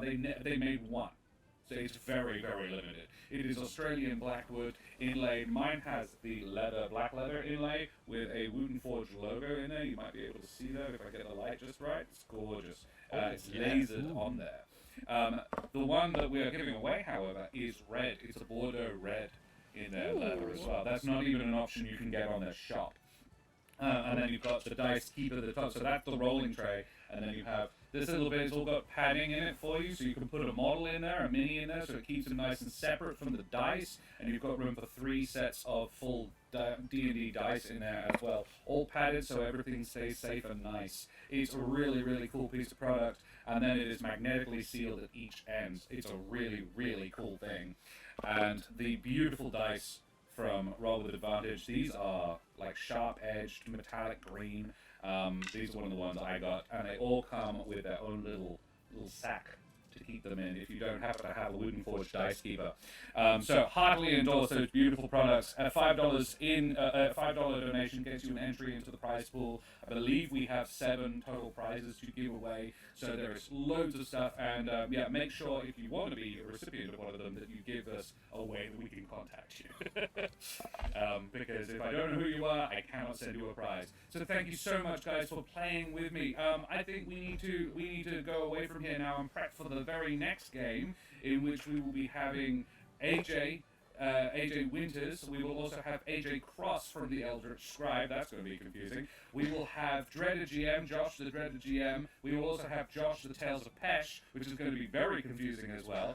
Then we will have John from Phoenixy Wacky. He is coming over to play with us. And we will have the mother of bunnies herself, Karen Schlink, my lovely partner, will be the other player in that game. Dag, you had something to say. I did. There was one thing that I wanted to plug just super quick, if that's okay. Oh, please do. So, as you guys have noticed, playing Arlo, the Otter Folk, has been a true delight, and it was an absolute pleasure to play it. Josh and I spoke about this in advance because right now, for the next 11 days, there's a Kickstarter going called The Delver's Guide to Beast Worlds, where they are releasing 29 beast-flavored characters, such as the otter you saw playing here, including, of course, multiple rope tricks, the narrow head thing, the whole shebang, and there are just so many really cool and creative elements to the story. Go check out that Kickstarter because it's only on for a limited run, and there's just so much stuff. If you can find it, that would be great. Bam! So our audience can go and check that out. There it is. Check that out over on Kickstarter. I will be having a peruse of that later because I really enjoy the otter kind. That was great. So, guys, we're going to do our sign-offs now. We're going to tell everybody where we can find us, and then we will go for a little bit of a break, and we will be back at 2 p.m. So, let's go in reverse order. Rachel, tell me who you are and where we can find you. Hello, my name is Rachel Foucar. You can find me on Twitter, Instagram, and TikTok at Rachel Foucar. Nice and simple and straightforward. And you can also buy the sci-fi book that I wrote, The Rings of Mars, right here on the internet. If you like a bit of science fiction, a bit of a spy thriller vibe, but in space, check it out. Yeah. It got a 4.8 star review on Goodreads, so it's actually really good. I read it myself. I agree. It is excellent, and you're doing yourself a favor if you go and read it because it's fun. Cool. Next, Sean, tell me who you are and where we can find you. Hi everybody, my name is Sean. I have been Otis tonight. You can find me at Paradice RPG, where I DM our flagship show, Advantage in Paradise. I also do other variety streaming there, like painting minis, drawing maps, playing video games, all sorts of fun stuff. I'm also the resident bad dad over at Roll for Damage, where I play bad dads exclusively, it seems, at this point, and it might continue that way.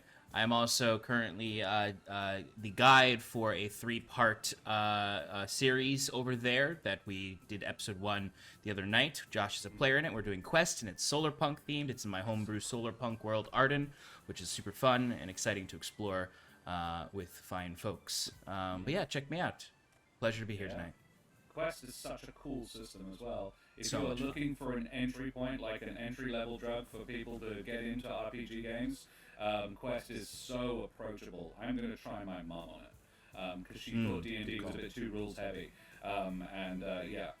It's all done off a D20. It's a very, very cool system. I had great fun. It was one of my favorite roleplay sessions ever yesterday.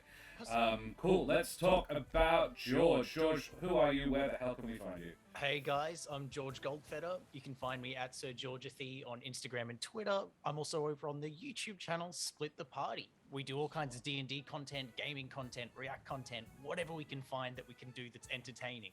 We also have Twitch, so check us out there. But yeah, if you like chaotic gameplay and dumb fun, that's us. Love it.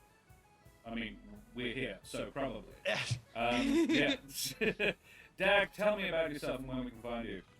G'day guys, my name's Michael, I'm the Dead Aussie Gamer. I am all over the internet. You can find me living on my Twitch channel at twitch.tv/DeadAussieGamer, but you can also find me all over the place. So hit that Google and you can find me everywhere. Right now, I am also doing a show on WSD20 Live where we are playing Rime of the Frost Maiden. I run, I want to say like 4 going on 5 games a week on my own channel. And very soon we'll be starting up a new pirate-inspired campaign called Sirens and Silver, which is coming very soon, and I'm very excited to get stuck into that particular adventure as well. And if you, exhausting. Oh man, my life is exhausting. And of course, I will be on later on tonight for us Australians at 9:30 p.m. because we are playing Rise of the Rune Lords as a full series trilogy. So we are actually playing Rise of the Rune Lords, Shattered Star, and Return of the Rune Lords, converting everything to Pathfinder 2nd Edition. So we're going to be playing that later on tonight as well. And I play an inventor with a puppet that has a chainsaw arm. So, yeah, that's a thing. That's pretty great. Bam. That's a terrifying man. That's a saw. Alrighty, and Chris, tell me who you are, where we can find you, my friend. Yes, my name is Chris. I am the DM over at CarniSideShow. You can find us.